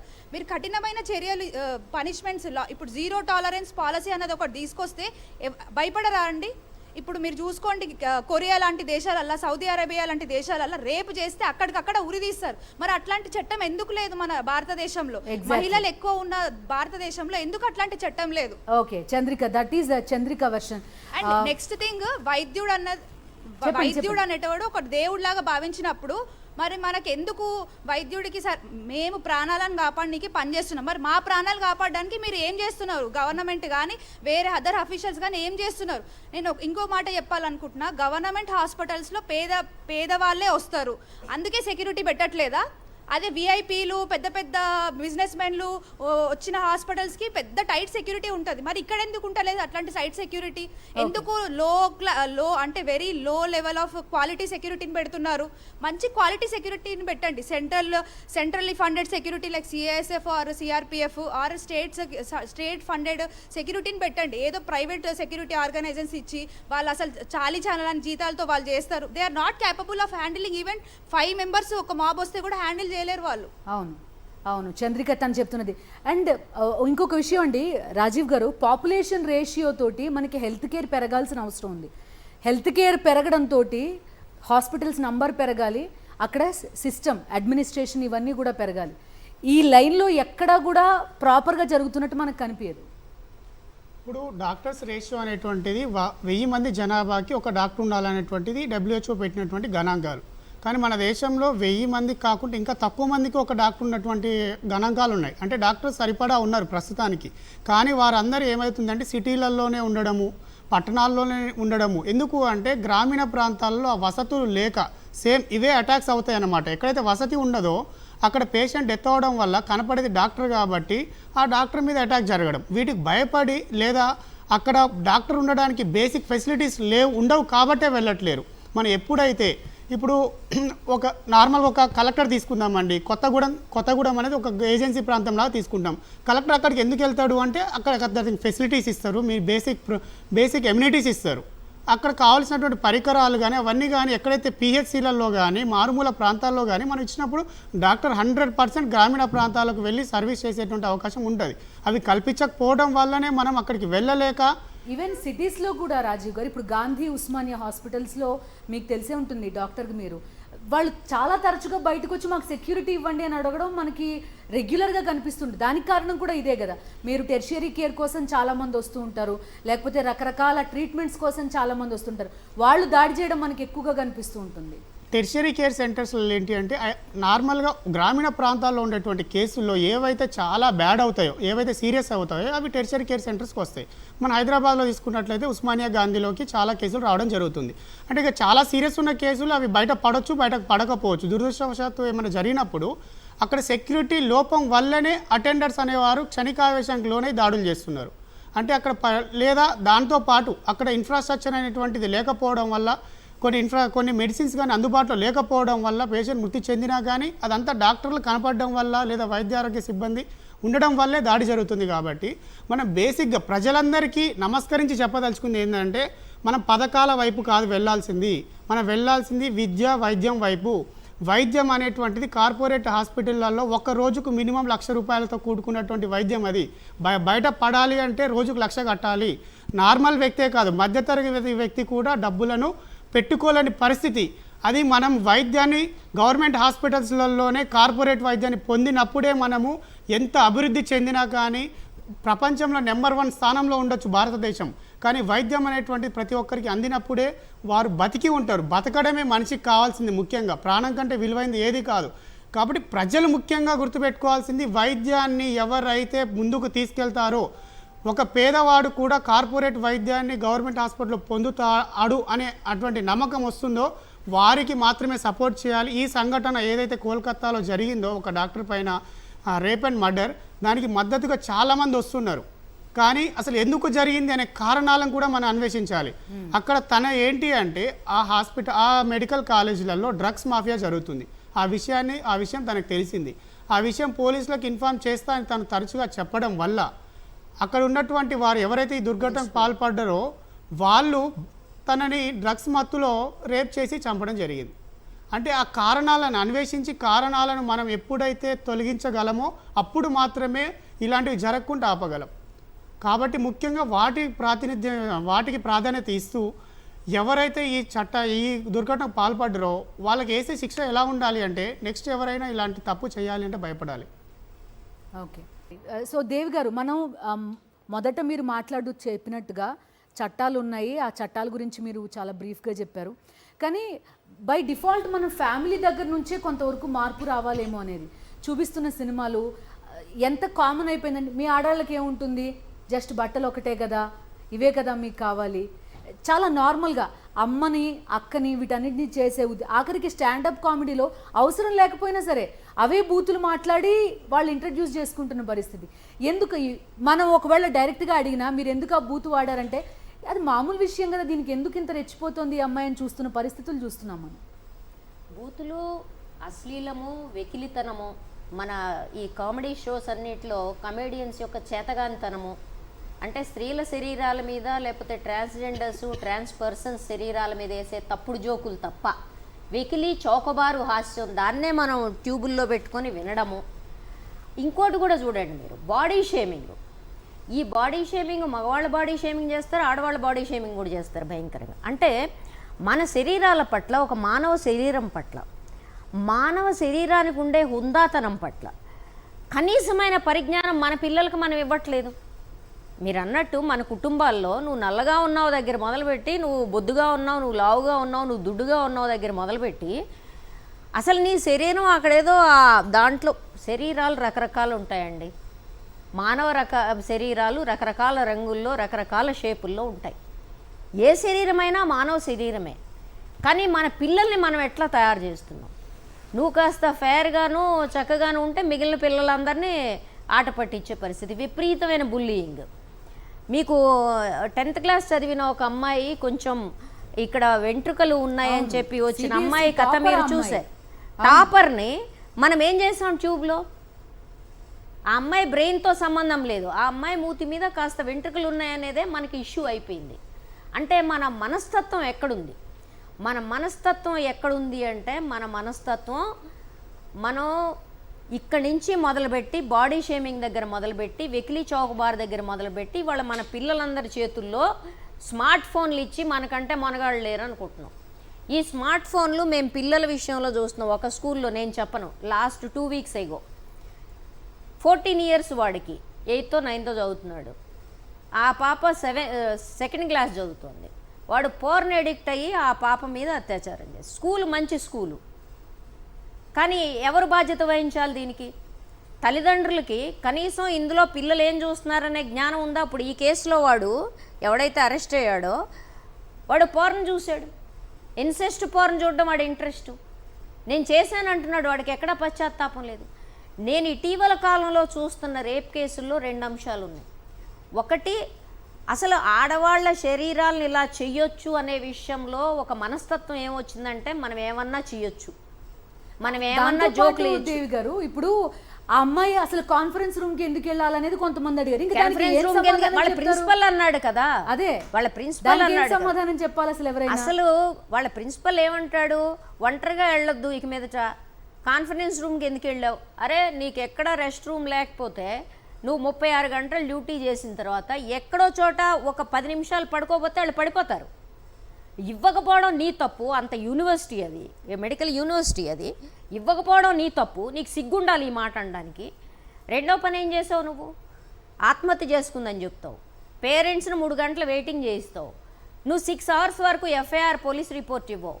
వీటన్నిటి వెనకాల ఏంటంటే ఒక పెద్ద మాఫియా నడుస్తుంది అనేది మనం అర్థం చేసుకోవాలి.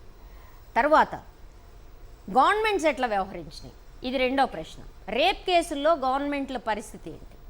తృణమూల్ కావచ్చు, ఇంకొకళ్ళు కావచ్చు, ఈ పారా సివిల్ పోలీస్ ఎవరైతే ఉన్నారో వీళ్ళ గురించి కూడా ఒకటి చెప్పాలి.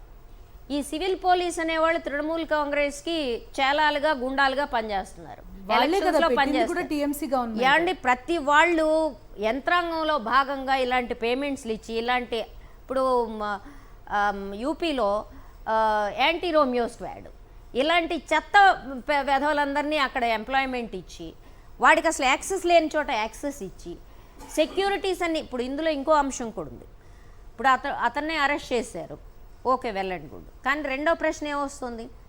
ఆమె దగ్గర దొరికిన సీమెన్లో it's a group, it's not a single one, it's a gang rape. మిగిలిన వాళ్ళందరూ ఎందుకు బయటకు రావట్లేదు? నీ దగ్గర సిమెన్ శాంపిల్స్ ఉన్నప్పుడు make a DNA test out of all interns. ఒకళ్ళ మీద ఒక పార్టీ మీద పెట్టకు, నువ్వు అక్కడ ఎవరైతే ఉన్నారో అందరినీ తీ బయటికి. ఎందుకు ఒక పార్టీని పెట్టొద్దని నేను అంటున్నా అంటే, ఈ దేశ చరిత్రలో అది ప్రాంతీయ పార్టీనా జాతీయ పార్టీలా పక్కన పెట్టండి, మీరు మొదలుపెట్టిన బనవరీ దేవి దగ్గర కాంగ్రెస్ గవర్నమెంట్ ఉంది, ఆ తర్వాత హత్రస్ కేసు అప్పుడు మొన్న బనారస్ యూనివర్సిటీలో జరిగినప్పుడు వాళ్ళ ముగ్గురు బీజేపీ ఐటీ సెల్ వాళ్ళు 3 నెలలు పోయి పోలీసులు వాళ్ళని అరెస్ట్ చేయకుండా 3 నెలలు పోయి మధ్యప్రదేశ్లో ఎలక్షన్ క్యాంపెయిన్ నడిపారు. అక్కడ దగ్గర మొదలు పెడితే ఇప్పటి వరకు నేను 100 కేసులు మీకు ఉదాహరణ చెప్తా. ఒక్క కేసులో కూడా ఏ పార్టీ సక్రమంగా పనిచేసిన దాఖలాలు లేవు. అది ఎంత శీలవంతమైన పార్టీ అని చెప్పుకుంటున్నా వాళ్ళ క్యాడర్ అయితే చాలు వాడిని భుజాన్ని వేసుకుని మోస్తున్నారు. ఆ పార్టీలో ఉండే ఎమ్మెల్యేలు ఆడామగా తేడా లేకుండా మేము ఎక్కడ తప్పు చేసామనేది మాట్లాడకుండా ఈ విషయంలో చట్ట ప్రకారం తప్పు చేయడం అంటే నేను నైతికమైన తప్పు మాట్లాడట్లా, చట్ట ప్రకారం నువ్వేం తప్పు చేశావు అనే దాని గురించి మాట్లాడకుండా, లూప్ హోల్స్ గురించి మాట్లాడకుండా, అధికార యంత్రాంగం చట్ట ప్రకారం ఎందుకు వ్యవహరించట్లేదు అనే ప్రశ్న ఇవ్వకుండా భుజాన వేసుకొని ఇట్లాంటి జులాయిగాళ్ళందరినీ భుజాన వేసుకొని వాళ్ళని సమర్థించడం మొదలు పెడితే మీ సెక్యూరిటీ ఎక్కడ ఉంటుంది? ఒకటి. రెండోది ఇంకోటి, మీరు పోర్న గురించి ఇంకోటి చెప్పాలి. నేను ఇవాళ ఎక్కడన్నా మీరు స్కూల్కి అడుగుతున్నారండి మమ్మల్ని, మీరు రండి మేడం వచ్చి పిల్లలతో మాట్లాడండి. మేము ఈ చట్ట ప్రకారం అపరాధులైన పిల్లలతోనే మాట్లాడమా, రోజువారీ పోర్నకి అడిక్ట్ అవుతున్న పిల్లలతోనే మాట్లాడమా? మీకు ఇక్కడ తెలంగాణతో సహా ఎన్ని పోర్న్ డీఅడిక్షన్ సెంటర్స్ ఉన్నాయో నాకు చెప్పండి. ఈ పిల్లలు ఈ ఆన్లైన్ క్లాసుల పేరు మీద అలవాటు పడుతున్న ఈ పోర్న్, వాళ్ళు హార్మోనల్ ఇంబ్యాలెన్స్లో ఉంటారు టీనేజ్లో. ఎగ్జాక్ట్లీ, అవును. అలాంటి సందర్భంలో దీనికి ఎడిక్షన్ అయిన తర్వాత తల్లిదండ్రులు మానిటరింగ్ లేపడానికి 2 కారణాలు ఉన్నాయి. ఒకటి, ఒళ్ళు బలిసిన తల్లిదండ్రులు ఎవరైతే పట్టించుకోనక్కర్లేదు పిల్లల్ని, వాళ్ళ మొహాన ఒక ట్యాబో ఒక కంప్యూటరో ఒక స్మార్ట్ ఫోనో పడేసాం అనుకునే బలుపు ఒక పక్కన, మా పని వెసులుబాటు అవ్వాలి, వాళ్ళ మొహానోడు పనేస్తే పిల్లలు దాంతో ఆడుకుంటారు అనే ధోరణి ప్రతి కుటుంబంలో ఉంది వాళ్ళ. రెండో విషయం, అసలు ట్యాబులు ఆన్లైన్లు ఇవేంటి, ఇందులో పిల్లలు ఏం చూస్తున్నారో అవగాహన లేని తల్లిదండ్రులు ఎక్కువ శాతం ఉన్నారు. ఈ ఆన్లైన్ లిటరసీ ఏదైతే ఉందో, సైబర్ లిటరసీ ఏదైతే ఉందో, నాకు తెలిసి 2008లో అనుకుంటా ఐటీ యాక్ట్తో పాటు గవర్నమెంట్ సైబర్ లిటరసీ ఇవ్వాలని సెంట్రల్ గవర్నమెంట్ ఒక తీర్మానం చేసి దానికి కొంత ఫండ్స్ కూడా ఇప్పటి వరకు 4% కూడా సైబర్ లిటరసీ లేదు. అంటే సైబర్ స్పేస్లో ఎట్లా నావిగేట్ చేసుకోవాలనే విషయం పిల్లలకి చెప్పేవాళ్ళు లేరు మన దేశంలో. ఒక్క నిమిషం అండి, ఒక్కసారి నేను ఇంకొక లైవ్లోకి వెళ్ళాలి. అశోక్ మనతో పాటు జాయిన్ అవుతున్నారు. అశోక్, బిందు, దేశవ్యాప్తంగా ఏదైతే కోల్కతాలో జూనియర్ డాక్టర్ మీద జరిగిన అత్యాచారం ఘటన నేను తీవ్రంగా నిరసిస్తున్నారు.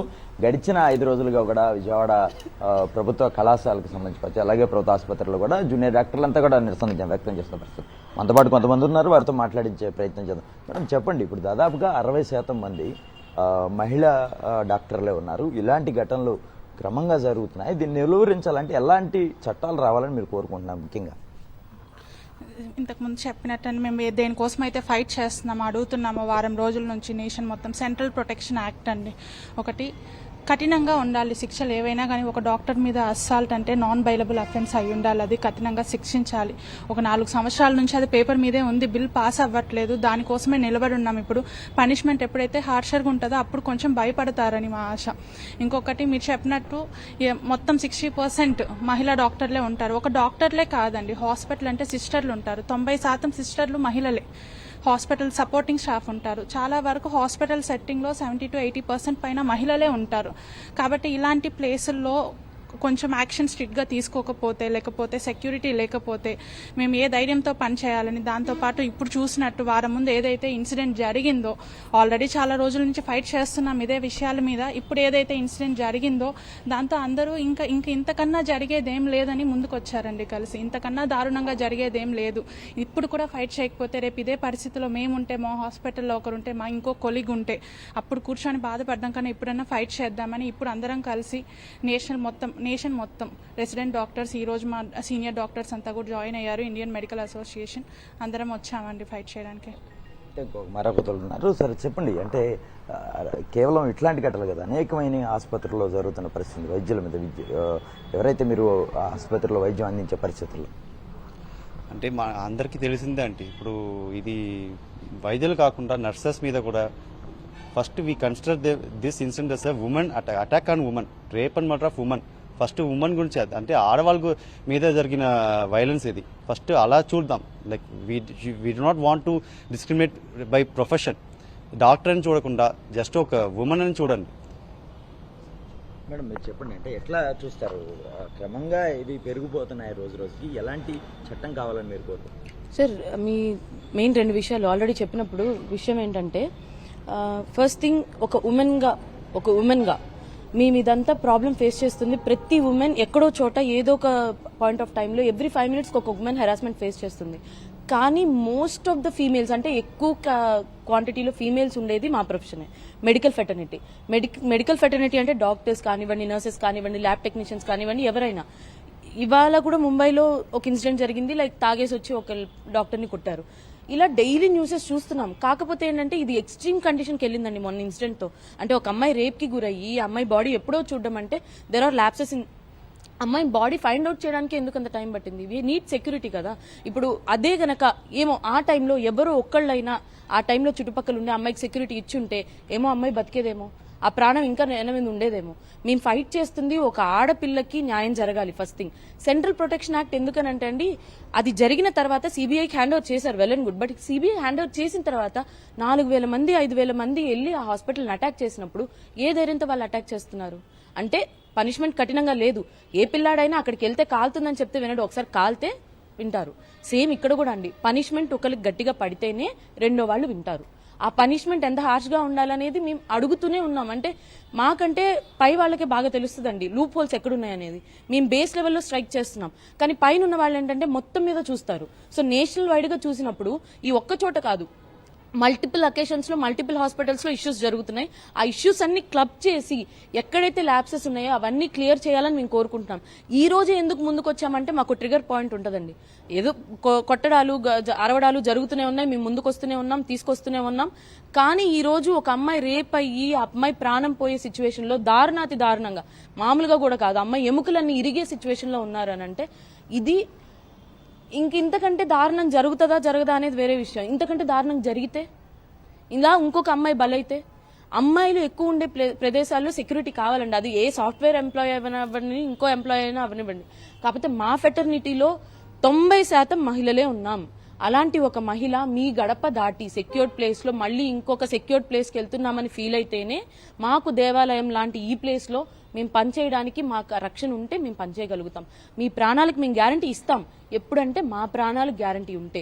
ఈ తెల్ల కోటు ఎర్రగా మారనంత వరకు మా ఒంట్లో రక్తం చివరి బొట్టు దాకా మేము పోరాడతాం మీ ప్రాణం కోసం. మేము అడుగుతుంది కేవలం ఈ తెల్ల కోటు ఎర్రగా మారకుండా హెల్ప్ చేయమని అడుగుతున్నాం. అది ప్రతి ఒక్కళ్ళ రెస్పాన్సిబిలిటీ. చూడండి, మీరు అనేక సందర్భాల్లో ఇలాగా మీరు నిరసన వ్యక్తం చేస్తున్నారు. ఇప్పుడు కూడా వారం రోజుల పాటు నుంచి కూడా చేస్తున్న పరిస్థితి ఉంది. ఇప్పటికైనా సరే ఏం కోరుకుంటున్నారు మీరు? ముఖ్యంగా మేము రక్షణ కోరుకుంటున్నామండి. ఎందుకంటే మేము నైట్ డ్యూటీలు చేస్తాము, అక్కడ మాకు బాత్రూమ్స్ ఉండవు, ప్రాపర్ రూమ్స్ ఉండవు. ఎక్కడ వెళ్ళి ఉండాలా? ఇందాక చూడండి, కోల్కతాలో అన్ని కాలేజీలో కూడా అదే పరిస్థితి. ఇప్పుడు కోల్కతాలో కూడా రూమ్స్ ప్రాపర్గా లేవు కాబట్టి ఆమె సెమినార్ హాల్లో వెళ్ళి పండుకున్నారు.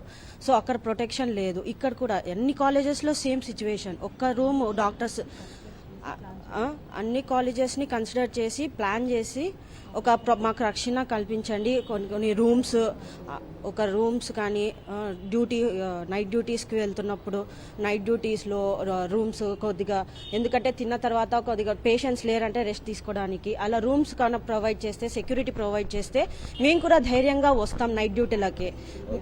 ఇప్పుడు ఎంత ఇంట్లలో సెక్యూర్గా ఫీల్ అవుతారో హాస్పిటల్ కూడా అదే చెప్పే బయలుదేరుతాం కదా, ఇంట్లో హాస్పిటల్కే మమ్మ వెళ్తున్నాము అన్నట్టుగా.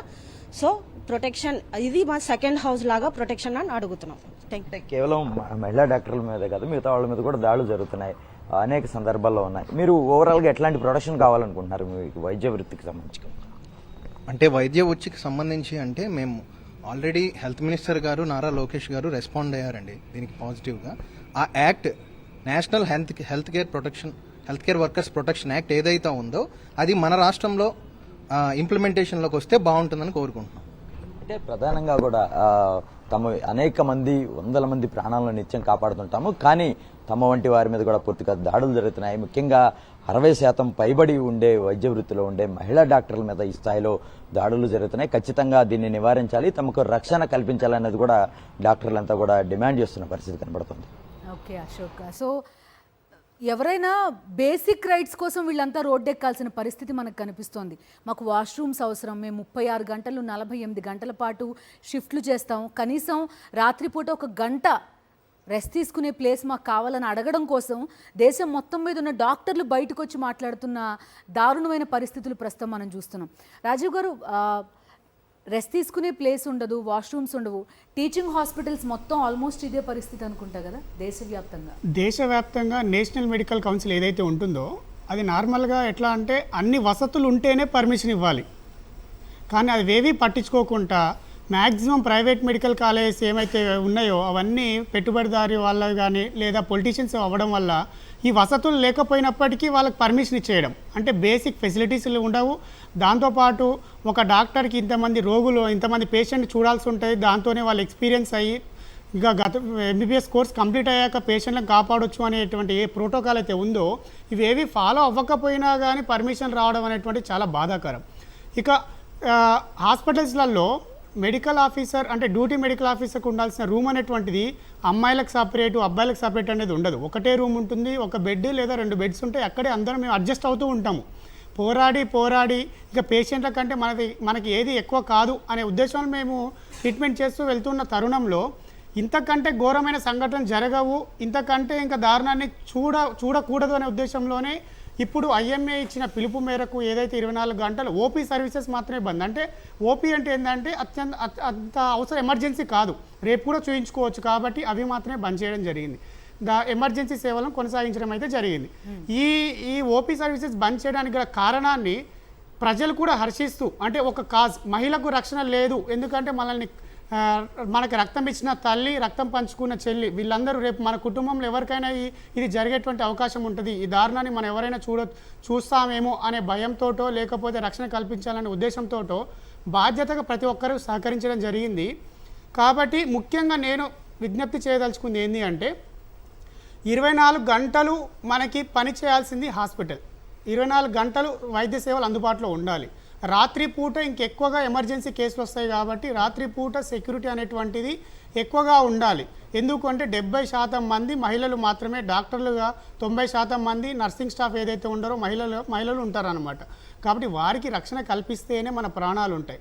ప్రాణం కంటే విలువైనది ఏది కాదు కాబట్టి వాళ్ళకి రక్షణ కల్పించే ఉద్దేశంతో మనం ప్రయత్నిస్తేనే మనం బతకగలం. లేదంటే ఇంకా దేశం అనేటువంటిది ప్రపంచంలో నెంబర్ 1 స్థానం కదా, అంతకు మించిన ఇంకా ఏది ఉన్నా వేస్ట్. లక్ష్మణ్ గారు, ఇప్పుడు ఒక కమిటీని కూడా ఏర్పాటు చేశారు, అసలు ఏం చేయాలి వీటన్నిటికీ మీరిచ్చే సూచనలు ఏంటండి ఆ కమిటీకి? అంటే ఇందులో కమిటీలో ఒకటి అమెండ్ ఏదైతే చట్టం చేస్తున్నారో కమిటీ దీని మీద విచారణ చేస్తున్నప్పుడు దీన్ని ఇంప్లిమెంటేషన్ ఎలాగ చేయాలి, దీంట్లో ఎవిడెన్స్ ఎలా కలెక్ట్ చేయాలి, టైం లిమిటేషన్ అనేది ఎంతలోపు దీన్ని పూర్తి చేయాలి అనేది కమిటీ నిర్దిష్టంగా ఈ పర్టికులర్ ఇష్యూస్ మీద వాళ్ళు కమిటీ నివేదిక ఇచ్చినప్పుడు మాత్రమే ఇలాంటి ఇష్యూస్లో భవిష్యత్తులో ఇంకా చేయడానికి కావచ్చు, జరగడానికి కావచ్చు, కన్విక్షన్ పడుతుంది అనే భయం అనేది చేసే వ్యక్తి కలిగినప్పుడు మాత్రమే ఇలాంటి ఇష్యూ జరగకుండా ఉంటుందండి.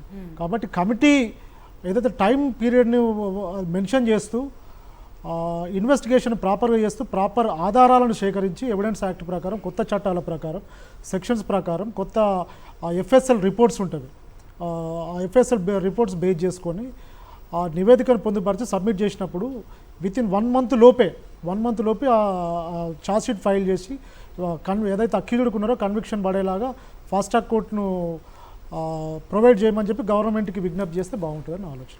ఇది కేవలం లక్ష్మణ్ గారు ఈ ఒక్క ఇన్సిడెంట్ మాత్రమే కాదు కదా, డేటా చూస్తుంటే భయం వేస్తోంది. ఇలాంటి ఇన్సిడెంట్లు జరిగిన తర్వాత, ఇంత పెద్దల వార్తల్లో చూసిన తర్వాత చాలా మంది అసలు ఒక్కళ్ళు వెళ్ళడానికి బయటికి భయపడుతున్నారు, పని చేయడానికి భయపడుతున్నారు, ఆఫీసులకు వెళ్ళి వీటికి వెళ్ళి. కాదా దేవ్ గారు? అంటే ఇక్కడ ఒక విషయం అండి, మనకి చాలా ఒక మిస్కన్సెప్షన్ ఉంది, ఒక పొరపాటు అవగాహన ఏంటంటే కఠినమైన చట్టాలు వస్తే సెక్యూరిటీ వచ్చేస్తుంది. దీనికంటే తప్పుడు అవగాహన ఇంకోటి లేదు. ఈ తప్పుడు అవగాహన నేను ఎందుకు అంటున్నానంటే, చట్టము ఇప్పుడు ఏ అమెండ్మెంట్స్ పెట్టినా ఈ అమెండ్మెంట్స్ అన్నీ కూడా చాలా వరకు నేను అంటుంది ఎంత కఠినంగా ఉన్నాయి, శిక్షలు ఎంత కఠినంగా ఉన్నాయి పక్కన పెట్టండి, అసలు వీటిని అమలు ఎంత ఉంటుంది అనేది ప్రశ్న. ఈ అమలు ఉండడంలోనూ పోలీసు యంత్రాంగం ఇండిపెండెంట్గా పనిచేయడం, ఒక స్వతంత్ర వ్యవస్థగా చట్టానికి ప్రజలకి జవాబుదారీగా, రాజకీయ నాయకులకి జవాబుదారీగా, వాళ్ళ పెంపుడు కుక్కలుగా కాకుండా పని చేయడానికి మధ్య ఉండే సంబంధం మనకు అర్థం కాకపోతే మనం 24 గంటలు కట్టిన చట్టాలు అడుగుతాం, వాళ్ళకేం పోయింది, ఆడ కూర్చుని 4 చట్టాలు చేస్తారు, అయిపోద్ది. ఏం చేస్తావు ఆ చట్టాలని? 4 గీసుకోవడానికి కూడా పనికిరావు. నువ్వు పోలీస్ స్టేషన్కి వెళ్తే ఇప్పుడు అక్కడ ఉన్న 6 గంటల పాటు ఎఫ్ఐఆర్ ఎందుకు కాలేదు? చట్టంలో ఉంది చెయ్యాలి అని చెప్పి, కాలేదు. ఎందుకు కాలేదు? అమలు యంత్రాంగంలో ఉన్న ప్రాబ్లమే కదా ఇది. చట్టం ఏం చేస్తుంది దీంట్లో? సో అందుకనే మన జస్టిస్ వర్మ కమిషన్లో వాళ్ళు క్లియర్గా చెప్పింది, మీరు మొత్తం ఈ వ్యవస్థలన్నింటినీ సంస్కరించండి, వ్యవస్థలన్నింటినీ సెన్సిటైజ్ చేయండి అని 2 మాటలు చెప్పాడు ఆయన. ఏమైనా చేస్తున్నావా? ఇప్పుడు 12 ఏళ్ళు అయింది. ఒక్క పోలీసుకి నీ దగ్గరకు వచ్చిన ఆడవాళ్లతో ఎలా మాట్లాడాలి అని నువ్వు ఎప్పుడన్నా ట్రైనింగ్ ఇచ్చావా? నేను అడుగుతున్నా. నీ దగ్గరికి ఒక సామాన్యమైన వ్యక్తి వస్తే, రాజకీయ నాయకులు వస్తే నువ్వు సలామెట్టు కొడతావు. మామూలు జనం ఇగో మాలాంటి వాళ్ళు పోతే మర్యాదగా మాట్లాడాలనే మర్యాద నేర్పించావా? ఆ బ్రిటిష్ కాలంలో ఉన్న హజము, అహంకారము, అణిచివేత తప్ప పోలీసు యంత్రాంగాన్ని నువ్వు సంస్కరించింది ఎక్కడ? ఒకటి. తర్వాత నేను ఇంకొక ప్రశ్న ఏంటంటే దేవి గారు, ఇప్పుడు రోజువారీ పనికి వెళ్ళే వాళ్ళు దగ్గర నుంచి చెప్పండి, ఐఏఎస్ ఆఫీసర్ వరకు, నేను అదే చెప్తున్నానండి. ఇప్పుడు విషయం ఏంటి, మనం చట్టం అనేది ఒక నేరం జరిగాక ఇంటర్వెన్ అవుతుంది. చట్టం అనేది ఒక నేరం జరగడానికి ముందు ఉండే ప్రివెన్షన్లో నీ పాత్ర ఎంత అనేది కదా ప్రశ్న. ఇప్పుడు ఈ ప్రివెన్షన్లో పాత్ర కేవలం చట్టాన్ని, పోలీస్ యంత్రాంగాన్ని ఉండదు. నీ సమాజం స్త్రీల పట్ల ఎట్లాంటి దృక్పథం కలిగి ఉంది, నీ సమాజం వాళ్ళ పట్ల ఎట్లా వ్యవహరిస్తోంది, మా సంస్కృతి అని నువ్వు గుండెలు బాదుకుంటున్నావు కదా, దీంట్లో నువ్వు స్త్రీలను ఏ రకంగా చూస్తున్నావు? అసలు పోర్న్ని మన స్ట్రీమ్లైన్ ఛానల్స్లో రాకుండా, మన సెర్చ్ ఇంజిన్స్లో రాకుండా ఐటీ యాక్ట్లో ఒక వాక్యం చేర్చడానికి ప్రభుత్వానికి, కేంద్ర ప్రభుత్వానికి, ఎందుకంటే చట్టం వాళ్ళదే, మా ఛానల్స్ కంట్రోల్ చేసేది వాళ్ళు, ఒక్క వాక్యం చేర్చడానికి వీళ్ళకి వచ్చిన సమస్య ఏంటో నాకు చెప్పండి. 2013 నుంచి యాక్టివిస్టులు సుప్రీంకోర్టులో యుద్ధం చేస్తున్నారు, పోర్నోగ్రఫీ మీద బ్యాన్ పెట్టండి అని చెప్పి. ఏమండి, మిగిలిన దేశాలు సింగపూర్తో సహా దాని మీద బ్యాన్ పెట్టుకున్నప్పుడు నీకు వచ్చిన ప్రాబ్లం ఏంటి? ఈ బూతు ఆ పిల్లల చేతికిను వీళ్ళ చేతికి రాకుండా ఉండడంలో, నీ బూతుకు రాకుండా ఉండటానికి నువ్వు చేసిన పని ఏంటి చెప్పు నాకు. నీ సమస్య ఏంటో చెప్పు నాకు గవర్నమెంట్గా. నువ్వు సంస్కృతి గురించి, విశ్వగురుత్వం గురించి గుండెలు బాదుకోవటం కాదు, జెండాలు ఎగరేయటం కాదు. నువ్వు ఈ దేశాన్ని కాపాడడానికి, ఈ దేశంలో సగం జనాభాని కాపాడటానికి ఈ పోర్న్ అనే దాన్నే, అసలు ఇది ఆడవాళ్ళ సమస్య కూడా కాదు. అసలు 14 ఏళ్ల పిల్లవాడు 2వ తరగతి పిల్ల మీద నేను ఇట్లా చెయ్యొచ్చు అని నేర్పిస్తున్నది ఉందే, ఆ తల్లిదండ్రులు అవాక్ అయిపోతున్నారు. మావాడు ఇలాంటోడు కాదండి. కూలీ చేసుకునే కుటుంబాల పిల్లలు, పోయిన సంవత్సరం ఎల్బీ నగర్లో 4 పిల్లలు అదే క్లాస్ పిల్ల మీద అప్లోడు. ఏంటండి ఇది? వాళ్ళకి అర్థం కాదు, తల్లిదండ్రులకు అర్థం కాదు, కూలి చేసుకునే తల్లిదండ్రులకి ఎందుకు ఇలా జరిగిందో. దీన్ని ప్రివెంట్ చేయటానికి, దీన్ని ఆపటం కోసం నువ్వేం చేసావు? ఒకటి. రెండోది, ఈ వెకిలితనము, రాజకీయ నాయకుల దగ్గర నుంచి ఏ కామెంట్ పడితే ఆ కామెంట్ చేయడము. అన్నిటికంటే ముఖ్యంగా మన దేశంలో స్త్రీలకి సమానత్వం రావడానికి 182 ఏళ్ళు పడుతుందని నీకు ఆక్స్ఫామ్ నివేదిక ఇచ్చింది లాస్ట్ ఇయర్. ఒక స్త్రీల సమానత్వానికి, స్త్రీల గౌరవానికి, ఆ తరువాత స్త్రీలకు సంబంధించిన విద్య, స్త్రీలకు సంబంధించిన ఉపాధి అవకాశాలు, వీటికి స్త్రీల మీద జరిగే హింసకి మధ్య చాలా దగ్గర సంబంధం ఉంది. ఏ దేశంలో అయితే ఆడవాళ్ళు మొగుడి సంపాదన మీద లేకపోతే మగాళ్ళ సంపాదన మీద ఆధారపడి మాత్రమే బతకాల్సిన పరిస్థితి ఉంటుందో, ఆ దేశంలో ఆడవాళ్ళని సమానంగా గౌరవించడం అనేది మన బుర్రలోకి రానే రాదు. మీరు సమానత్వం గురించి మాట్లాడుతున్నారు దేవి గారు. ఇక సమానత్వం అసలు వాళ్ళు ఇప్పుడు ఇండిపెండెంట్ విమెన్. ఈ అమ్మాయి ఈ అమ్మాయి తనకి యాండి ఒకటి, నేను అదే చెప్తున్నాను మీకు, సెక్యూరిటీ అనేది పర్సనల్ కాదు. మీరు ప్రొటెక్షన్ అడగొద్దు. సామాజిక భద్రత అనేది పర్సనల్ కాదు. భద్రత అనేది ఎప్పుడూ పర్సనల్ కాదు. అది మీ మీద జరగవచ్చు, నా మీద జరగవచ్చు, ఒక సీఎం మీద కూడా జరగవచ్చు. అది సామాజికం కానప్పుడు ఎవరి మీదైనా జరగవచ్చు. అది సామాజికం అయినప్పుడు మనం ప్రశ్నించే తీరు వేరు ఉంటుంది. సామాజికం అవడం అంటే ఏంటో చెప్తా. ఒక సమాజం నిర్భయాని, ఆ రోజు కూడా మీరు కూడా ఉన్నారు చర్చల్లో, ఆ రోజు నిర్భయాని నువ్వు 8 గంటలకు బయటకు ఎందుకు పోయావు? మీ అన్నగాని మగాడితో నువ్వు సినిమాకి ఎందుకు పోయావు? నిర్భయ విషయంలోనే కాదు, ఇప్పుడు ఇంట్లో పిల్లలందరూ పంపిస్తారండి. అది కాదు, అమ్మాయి గర్ల్ చైల్డ్ అయితే అమ్మాయిని సందు చివరి వరకు పంపించేంత సాహసం తల్లిదండ్రులు చేయట్లేదు. అది భయం. ఫస్ట్ ఆఫ్ ఆల్ ఇది ఒక ప్రశ్న. నువ్వు ఎలాంటి బట్టలు వేసుకున్నావు?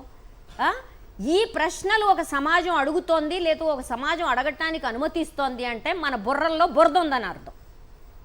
మనం దీన్ని ఆనందిస్తున్నాం అంటే మన బుర్రల్లో బుర్ర ఉందన్నారు. రాజీవ్ గారు, మీరు నిజంగా చాలా ఫీల్డ్స్లో చాలా క్లోజ్ అసోసియేషన్తో పనిచేస్తూ ఉంటారు, అమ్మాయిలు అబ్బాయిలు, ఇప్పుడు ఆల్మోస్ట్ ఐటీ సెక్టర్లో, హాస్పిటల్స్లో, మీడియాలో. సో మీరు అమ్మాయిల్ని చూసే పద్ధతి లేకపోతే సొసైటీ యాజ్ ఎ హోల్ ఒక అమ్మాయిల్ని చూసే పద్ధతిలో చాలా తేడా కనిపిస్తోంది. ఎందుకు ఒక మెన్ పర్స్పెక్టివ్లో చెప్పండి. ఇప్పుడు మేము హాస్పిటల్ ఎన్విరాన్మెంట్లోనే ముందుగా చెప్పినట్లు చాలామంది ఫీమేల్ డాక్టర్సే ఉంటారు. వాళ్ళు వర్క్ చేస్తున్న ప్లేస్లో చాలామంది అటెండర్స్ వచ్చి వాళ్ళ మీద కమెంట్ చేస్తున్నప్పటికీ మేము ఏమీ చేయలేని పరిస్థితి. ఎందుకంటే పేషెంట్ ముఖ్యం కాబట్టి పేషెంట్ గురించి ఆలోచిస్తున్నప్పుడు పిల్లల గురించి మేము ఆలోచించే సమయం ఉండదు. అదంతా చూసుకోవాల్సిన బాధ్యత ప్రతి ఒక్కరికి ఉంటుంది అన్నమాట. అంటే మనం మారితేనే ఈ చట్టాల కంటే ముఖ్యం మనం మారాలి. ముందుగా మనం మారితేనే ఆ మార్పు మొదలవుతుంది అన్నమాట. ఇప్పుడు చట్టాలు అనేటువంటివి ఏంటి అంటే ఇక ఎక్స్ట్రీమ్ కండిషన్స్, వాడు ఎంతగా మారకపోయినా ఇక వాడికి చట్టం పనిచేస్తుంది తప్ప. అంటే నేరం జరిగిన తర్వాత అసలు నేరమే జరగకుండా చూసుకోవడం అనేది సొసైటీ బాధ్యత. నేరం జరగకుండా చూసుకోవాలి అంటే సామాజిక భద్రత ఉండాలి. సామాజిక భద్రత ఉండాలంటే స్త్రీ పురుషుల సమానత్వం అనేది చాలా కీలకమైన పాయింట్. నువ్వు గౌరవం ఎవరిని చేస్తావు? ఇప్పుడు ఈయన ఉన్నాడు, ఈయన ఇంకొక ఆయన గౌరవిస్తాడు, ఎందుకంటే ఈయన లాయరు, ఈయన కోటేసుకున్నాడు లేకపోతే సంపాదిస్తున్నాడు, అంతే కదండి మీ ఐడెంటిటీ. నేను సంపాదించను, నా శరీరం ఇన్ఫీరియర్ అని నువ్వు అనుకుంటున్నావు, నువ్వు అటాక్ చేయొచ్చని నువ్వు అనుకుంటున్నావు. ఇది నీ బుర్రలో ఉన్నప్పుడు నేను లాయర్ని అయితే ఏంటి, నేను ఐఏఎస్ ఆఫీసర్ని అయితే ఏంటి? ఇప్పుడు గిల్లు 23 ఏళ్ల క్రితం 25 ఏళ్ల క్రితం రూపం బజాజ్ మీద ఒక పార్టీలో గిల్లు పంజాబ్ ఉగ్రవాదాన్ని నడిచిన గొప్ప వ్యక్తి కింద అందరూ చెప్పుకుంటారు ఉదాహరణలు. కానీ తనతో పనిచేస్తున్న ఒక ఐపీఎస్ ఆఫీసరు వీపు మీద చెయ్యేసి నిమరగలిగిన మానసికత ఎక్కడి నుంచి వచ్చింది? అంటే నేను మగాణ్రా బుజ్జి, ఇది మనం అలవాటు చేసినప్పుడు సమాజంలో నేను మనిషినిరా వెధవా, నువ్వు మనిషివిరా వెధవా అని చెప్పకుండా మనం నువ్వు మగాడిరా బుజ్జి అని చెప్పి ఛాతీలించి లెక్కలు చెప్తుంటే ఈ మగాడితనమే ప్రతిరంగంలో పనిచేస్తుంది. నాకంటే ఆడది తక్కువది. రెండోది, మగాళ్ళు ఆడవాళ్ళని రక్షించాలి, ఇదొకటి పరమ దుర్మార్గమైన విషయం సమాజంలోనూ అక్కడ. నాకు ఒక ఉదాహరణ చెప్పండి, సినిమాల్లో తప్ప ఏ ఆడపిల్లనైనా రక్షించిన ఒక్క ఉదాహరణ చెప్పండి నాకు ఎక్కడన్నా. లక్ష్మణ్ గారు, మీరు ఏదో పాయింట్ దీని గురించే మేడం, సాక్షి టీవీ ద్వారా తెలంగాణ రాష్ట్ర ప్రభుత్వానికి కేంద్ర ప్రభుత్వానికి చిన్న విజ్ఞప్తి అండి. ఒక కామన్ న్యాయవాది కావచ్చు, కామన్ సిటిజన్ కావచ్చు, భద్రతా విషయంలో ప్రతి స్కూల్లో కావచ్చు, కాలేజీల్లో కావచ్చు యాసిడ్ దాడులు జరుగుతున్నాయి. చాలా అమ్మాయిల మీద అఘాయిత్యాలు జరుగుతున్నవి. స్కూల్ లెవెల్ నుంచి కాలేజీ లెవెల్ వరకు, యూనివర్సిటీ లెవెల్ వరకు మనం చూస్తున్నాం. ఇలా దాడులు జరగడానికి మూల కారణం అమ్మాయికి తన మీద తనకున్న ఒక స్పష్టత కావచ్చు, బలం కావచ్చు, ధైర్యం కావచ్చు కల్పించడానికి ఒక సోషల్ టీచర్ని పెట్టినట్టు, ఒక ఇంగ్లీష్ టీచర్ని పెట్టినట్టు, ఒక పీటీ టీచర్ని, స్పోర్ట్స్ టీచర్ని పెట్టినట్టు ప్రతి స్కూల్లో, భారతదేశ వ్యాప్తంగా ప్రతి స్కూల్లో మహిళల కోసం కరాటా టీచర్ని ఎందుకు పెట్టొద్దు? పెట్టడం వల్ల అంటే లేదు మేడం, ఇప్పుడు మనం భద్రత అంటున్నాం, ప్రొటెక్షన్ అంటున్నాం, చట్టాలు అంటున్నాం. ఒక వ్యక్తిని మీద దాడి చేసినప్పుడు నువ్వు అటాక్ చేసుకున్న శక్తి నీకు ప్రభుత్వం కల్పించినప్పుడు చట్టాలు ఏం చేస్తాయి ఇంకా చెప్పండి? ఇది ఎందుకు కల్పిస్తలేవు ప్రభుత్వాలు? ఒక కరాటే టీచర్ని పెట్టండి. కాదు లక్ష్మణ్ గారు, ఇప్పుడు నేను నిజంగా హేయం కంపేర్ చేయడానికి ఆమె సివిల్ పోలీస్ అని చెప్తున్నారు, అతను అమ్మాయి కరాటే వస్తే ఆమె ఎట్లా డిఫెండ్ చేసుకోగలదు చెప్పండి? మైండ్ సెట్ అమ్మాయిల సంగతి వదిలేండి. ఇప్పుడు ఈయన డాక్టరు, ఈయన కరాటే నేర్పించా, బక్క ప్రాణి అయినా బ్రూస్లీ మాదిరి నేర్చుకోగలుగుతాడు, నేర్పించా. 15 మంది వచ్చి మీద పడితే ఆయన కరాటే ఏం చేస్తాడు? అంటే కొంతవరకు తన ధైర్యం మనం మాట్లాడే దాంట్లో ఏ కాన్ఫిడెన్స్ ని, అంటే ఆయన పాయింట్ ఆఫ్ వ్యూ ఏంటంటే అంటే మీరు ఏం చెప్తున్నారు, ఇవాళ కరాటే నేర్పించడం కాదు, దాని నుంచి వచ్చే ఒక కాన్ఫిడెన్స్ అనేది కరాటే నేర్పించండి, కవచకుండలాలు ఇవ్వండి, కత్తులు ఇవ్వండి, ఆ తర్వాత తుపాకులు ఇవ్వండి, ఇదే మన పరిష్కారం. నేను అది కోరుకోవట్లేదండి. నేనేం కోరుకుంటున్నా అంటే నా ఆడపిల్ల, నా బిడ్డ ఎవరైనా, నా చెల్లెలు ఎవరైనా బయటికి వెళ్తే బిందాస్గా ఎరా అన్నయ్య, ఎరా నువ్వేంట్రా అనుకుని పోగలిగిన సమానత్వం, భద్రతా సమాజంలో లేకుండా నువ్వు తుపాకులును కరాటేలు మాట్లాడితే ఎట్లా? సిస్టమ్ మారినప్పుడు తను మారాల్సిందే. అమ్మాయి కావచ్చు, అబ్బాయి కావచ్చు. నిన్ను రక్షించుకోవడానికి ఒక వ్యక్తి నుంచి నిన్ను ఎలా కరాసాం నేర్చుకుంటావా, కరాట నేర్చుకుంటావా, ఫైటింగ్ నేర్చుకుంటావా? నేర్చుకోవాలి. నేర్చుకునే భద్రత ప్రభుత్వం కల్పించాలని నేను అంటున్నా అడ్వకేట్. రాజీవ్ గారు, మీరు అమ్మాయి తన్ను తాను రక్షించుకోవడం అనేది పర్స్పెక్టివ్లో ఆయన చెప్తున్నారు. సొసైటీలో మీరు ఆబ్జెక్టిఫై చేసే పద్ధతిలో లేకపోతే మీరు చూసే పద్ధతిలో ఎలాంటి మార్పు రావాలి మెన్ నుంచి అనేది ఒక ప్రశ్న. మనిషి ఏ పని చేయాలన్నా మనోధైర్యం ఉండాలి, లేకపోతే ఆలోచనలో మార్పు ఉండాలి. ఆలోచనలో మార్పు రావాలి తప్ప మనం ఏది నేర్చుకున్నా కానీ ఇప్పుడు అట్లా అన్నప్పుడు ఒక 10 మంది మగవారి మీద కూడా అటాక్స్ అవుతున్నాయి, మేల్ డాక్టర్స్ మీద కూడా అటాక్స్ అవుతున్నాయి హాస్పిటల్స్లలో. మరి అవి ఎందుకు అవుతున్నాయి? నిజంగా మీరు తిరిగి కొడితే అది గొడవ అవుతుంది. గొడవ కాదు, ఇక సస్పెన్షన్ కూడా అవుతుంది, రచరచ అవుతుంది. మీరు కూడా ఫిజికల్లీ అబ్యూస్ చేయడం అవుతుంది. అది ఆ చట్టంలో అది ఉందండి. ఒక వ్యక్తి మీ మీద మీ మీద అటాక్ చేసినప్పుడు మీకు ప్రొటెక్షన్, చట్టం అనేది ప్రొటెక్షన్ ఇస్తుంది, అది నేరం కాదు. అక్కడ ఆ చట్టం ఉంది కాబట్టి. అసలు ఇక్కడ ఇంకొక ప్రశ్న ఈ కాంటెక్స్ట్లో నేను మళ్ళీ I'm coming back to it. ఒక వాతావరణం, ఇప్పుడు medical colleges, science labs, professors, ఈ చర్చ మనకు గతంలో కూడా వచ్చింది. ఈ మధ్యకాలంలో యూనివర్సిటీస్ ఒక 4-5 ఇయర్స్ ఎగో అనుకుంటా, నాకు సరిగ్గా గుర్తులేదు, యూనివర్సిటీ ప్రొఫెసర్స్ అందరూ ఆడపిల్లలతో వాళ్ళ రీసెర్చ్ స్కాలర్స్తో మాట్లాడేటప్పుడు ఆన్ కెమెరా మాట్లాడాలని ఒక రూల్ జారీ చేశారు. ఎందుకని? ఎక్కడైతే నీ ఇంటర్నల్ మార్క్స్ ప్రొఫెసర్స్ చేతుల్లో ఉంటాయో స్త్రీలని, స్టూడెంట్స్ని, ఆడపిల్లల్ని అలా వాడుకోవడం అనేది కామన్ ఇష్యూ కింద కనబడుతుంది. డాక్టర్స్ విషయంలో ఇట్స్ మోర్ యాక్యురేట్. ఎవరైతే ఇప్పుడు మనం వరంగల్ కేసులో చూసాం, ఏ క్వశ్చన్ చేస్తే, వరంగల్లో కూడా మన డాక్టర్ అమ్మాయే కదా, ఎవరన్నా క్వశ్చన్ చేస్తే దాన్ని నీ ఎడ్యుకేషన్కి లింక్ చేసి నానా రకాలైన హెరాస్మెంట్ జరుగుతున్నప్పుడు దానికి సిస్టమ్స్ ఏవైతే ఉన్నాయో, సిస్టమ్స్ కావచ్చు లేకపోతే స్టూడెంట్స్ కావచ్చు, వాళ్ళకి ఒక సామాజికమైన విజిబిలిటీ, సామాజికమైన భద్రత లేకపోతే, అంటే మేము దీన్ని మన చందన చెప్పింది జీరో టాలరెన్స్. అసలు ఆడవాళ్ళ మీద జరిగే నేరాల్లో మేము జీరో టాలరెన్స్, ఎట్టి పరిస్థితుల్లో అనుమతించము, మేము అంగీకరించము అనేది ఎక్కడి నుంచి వస్తుంది?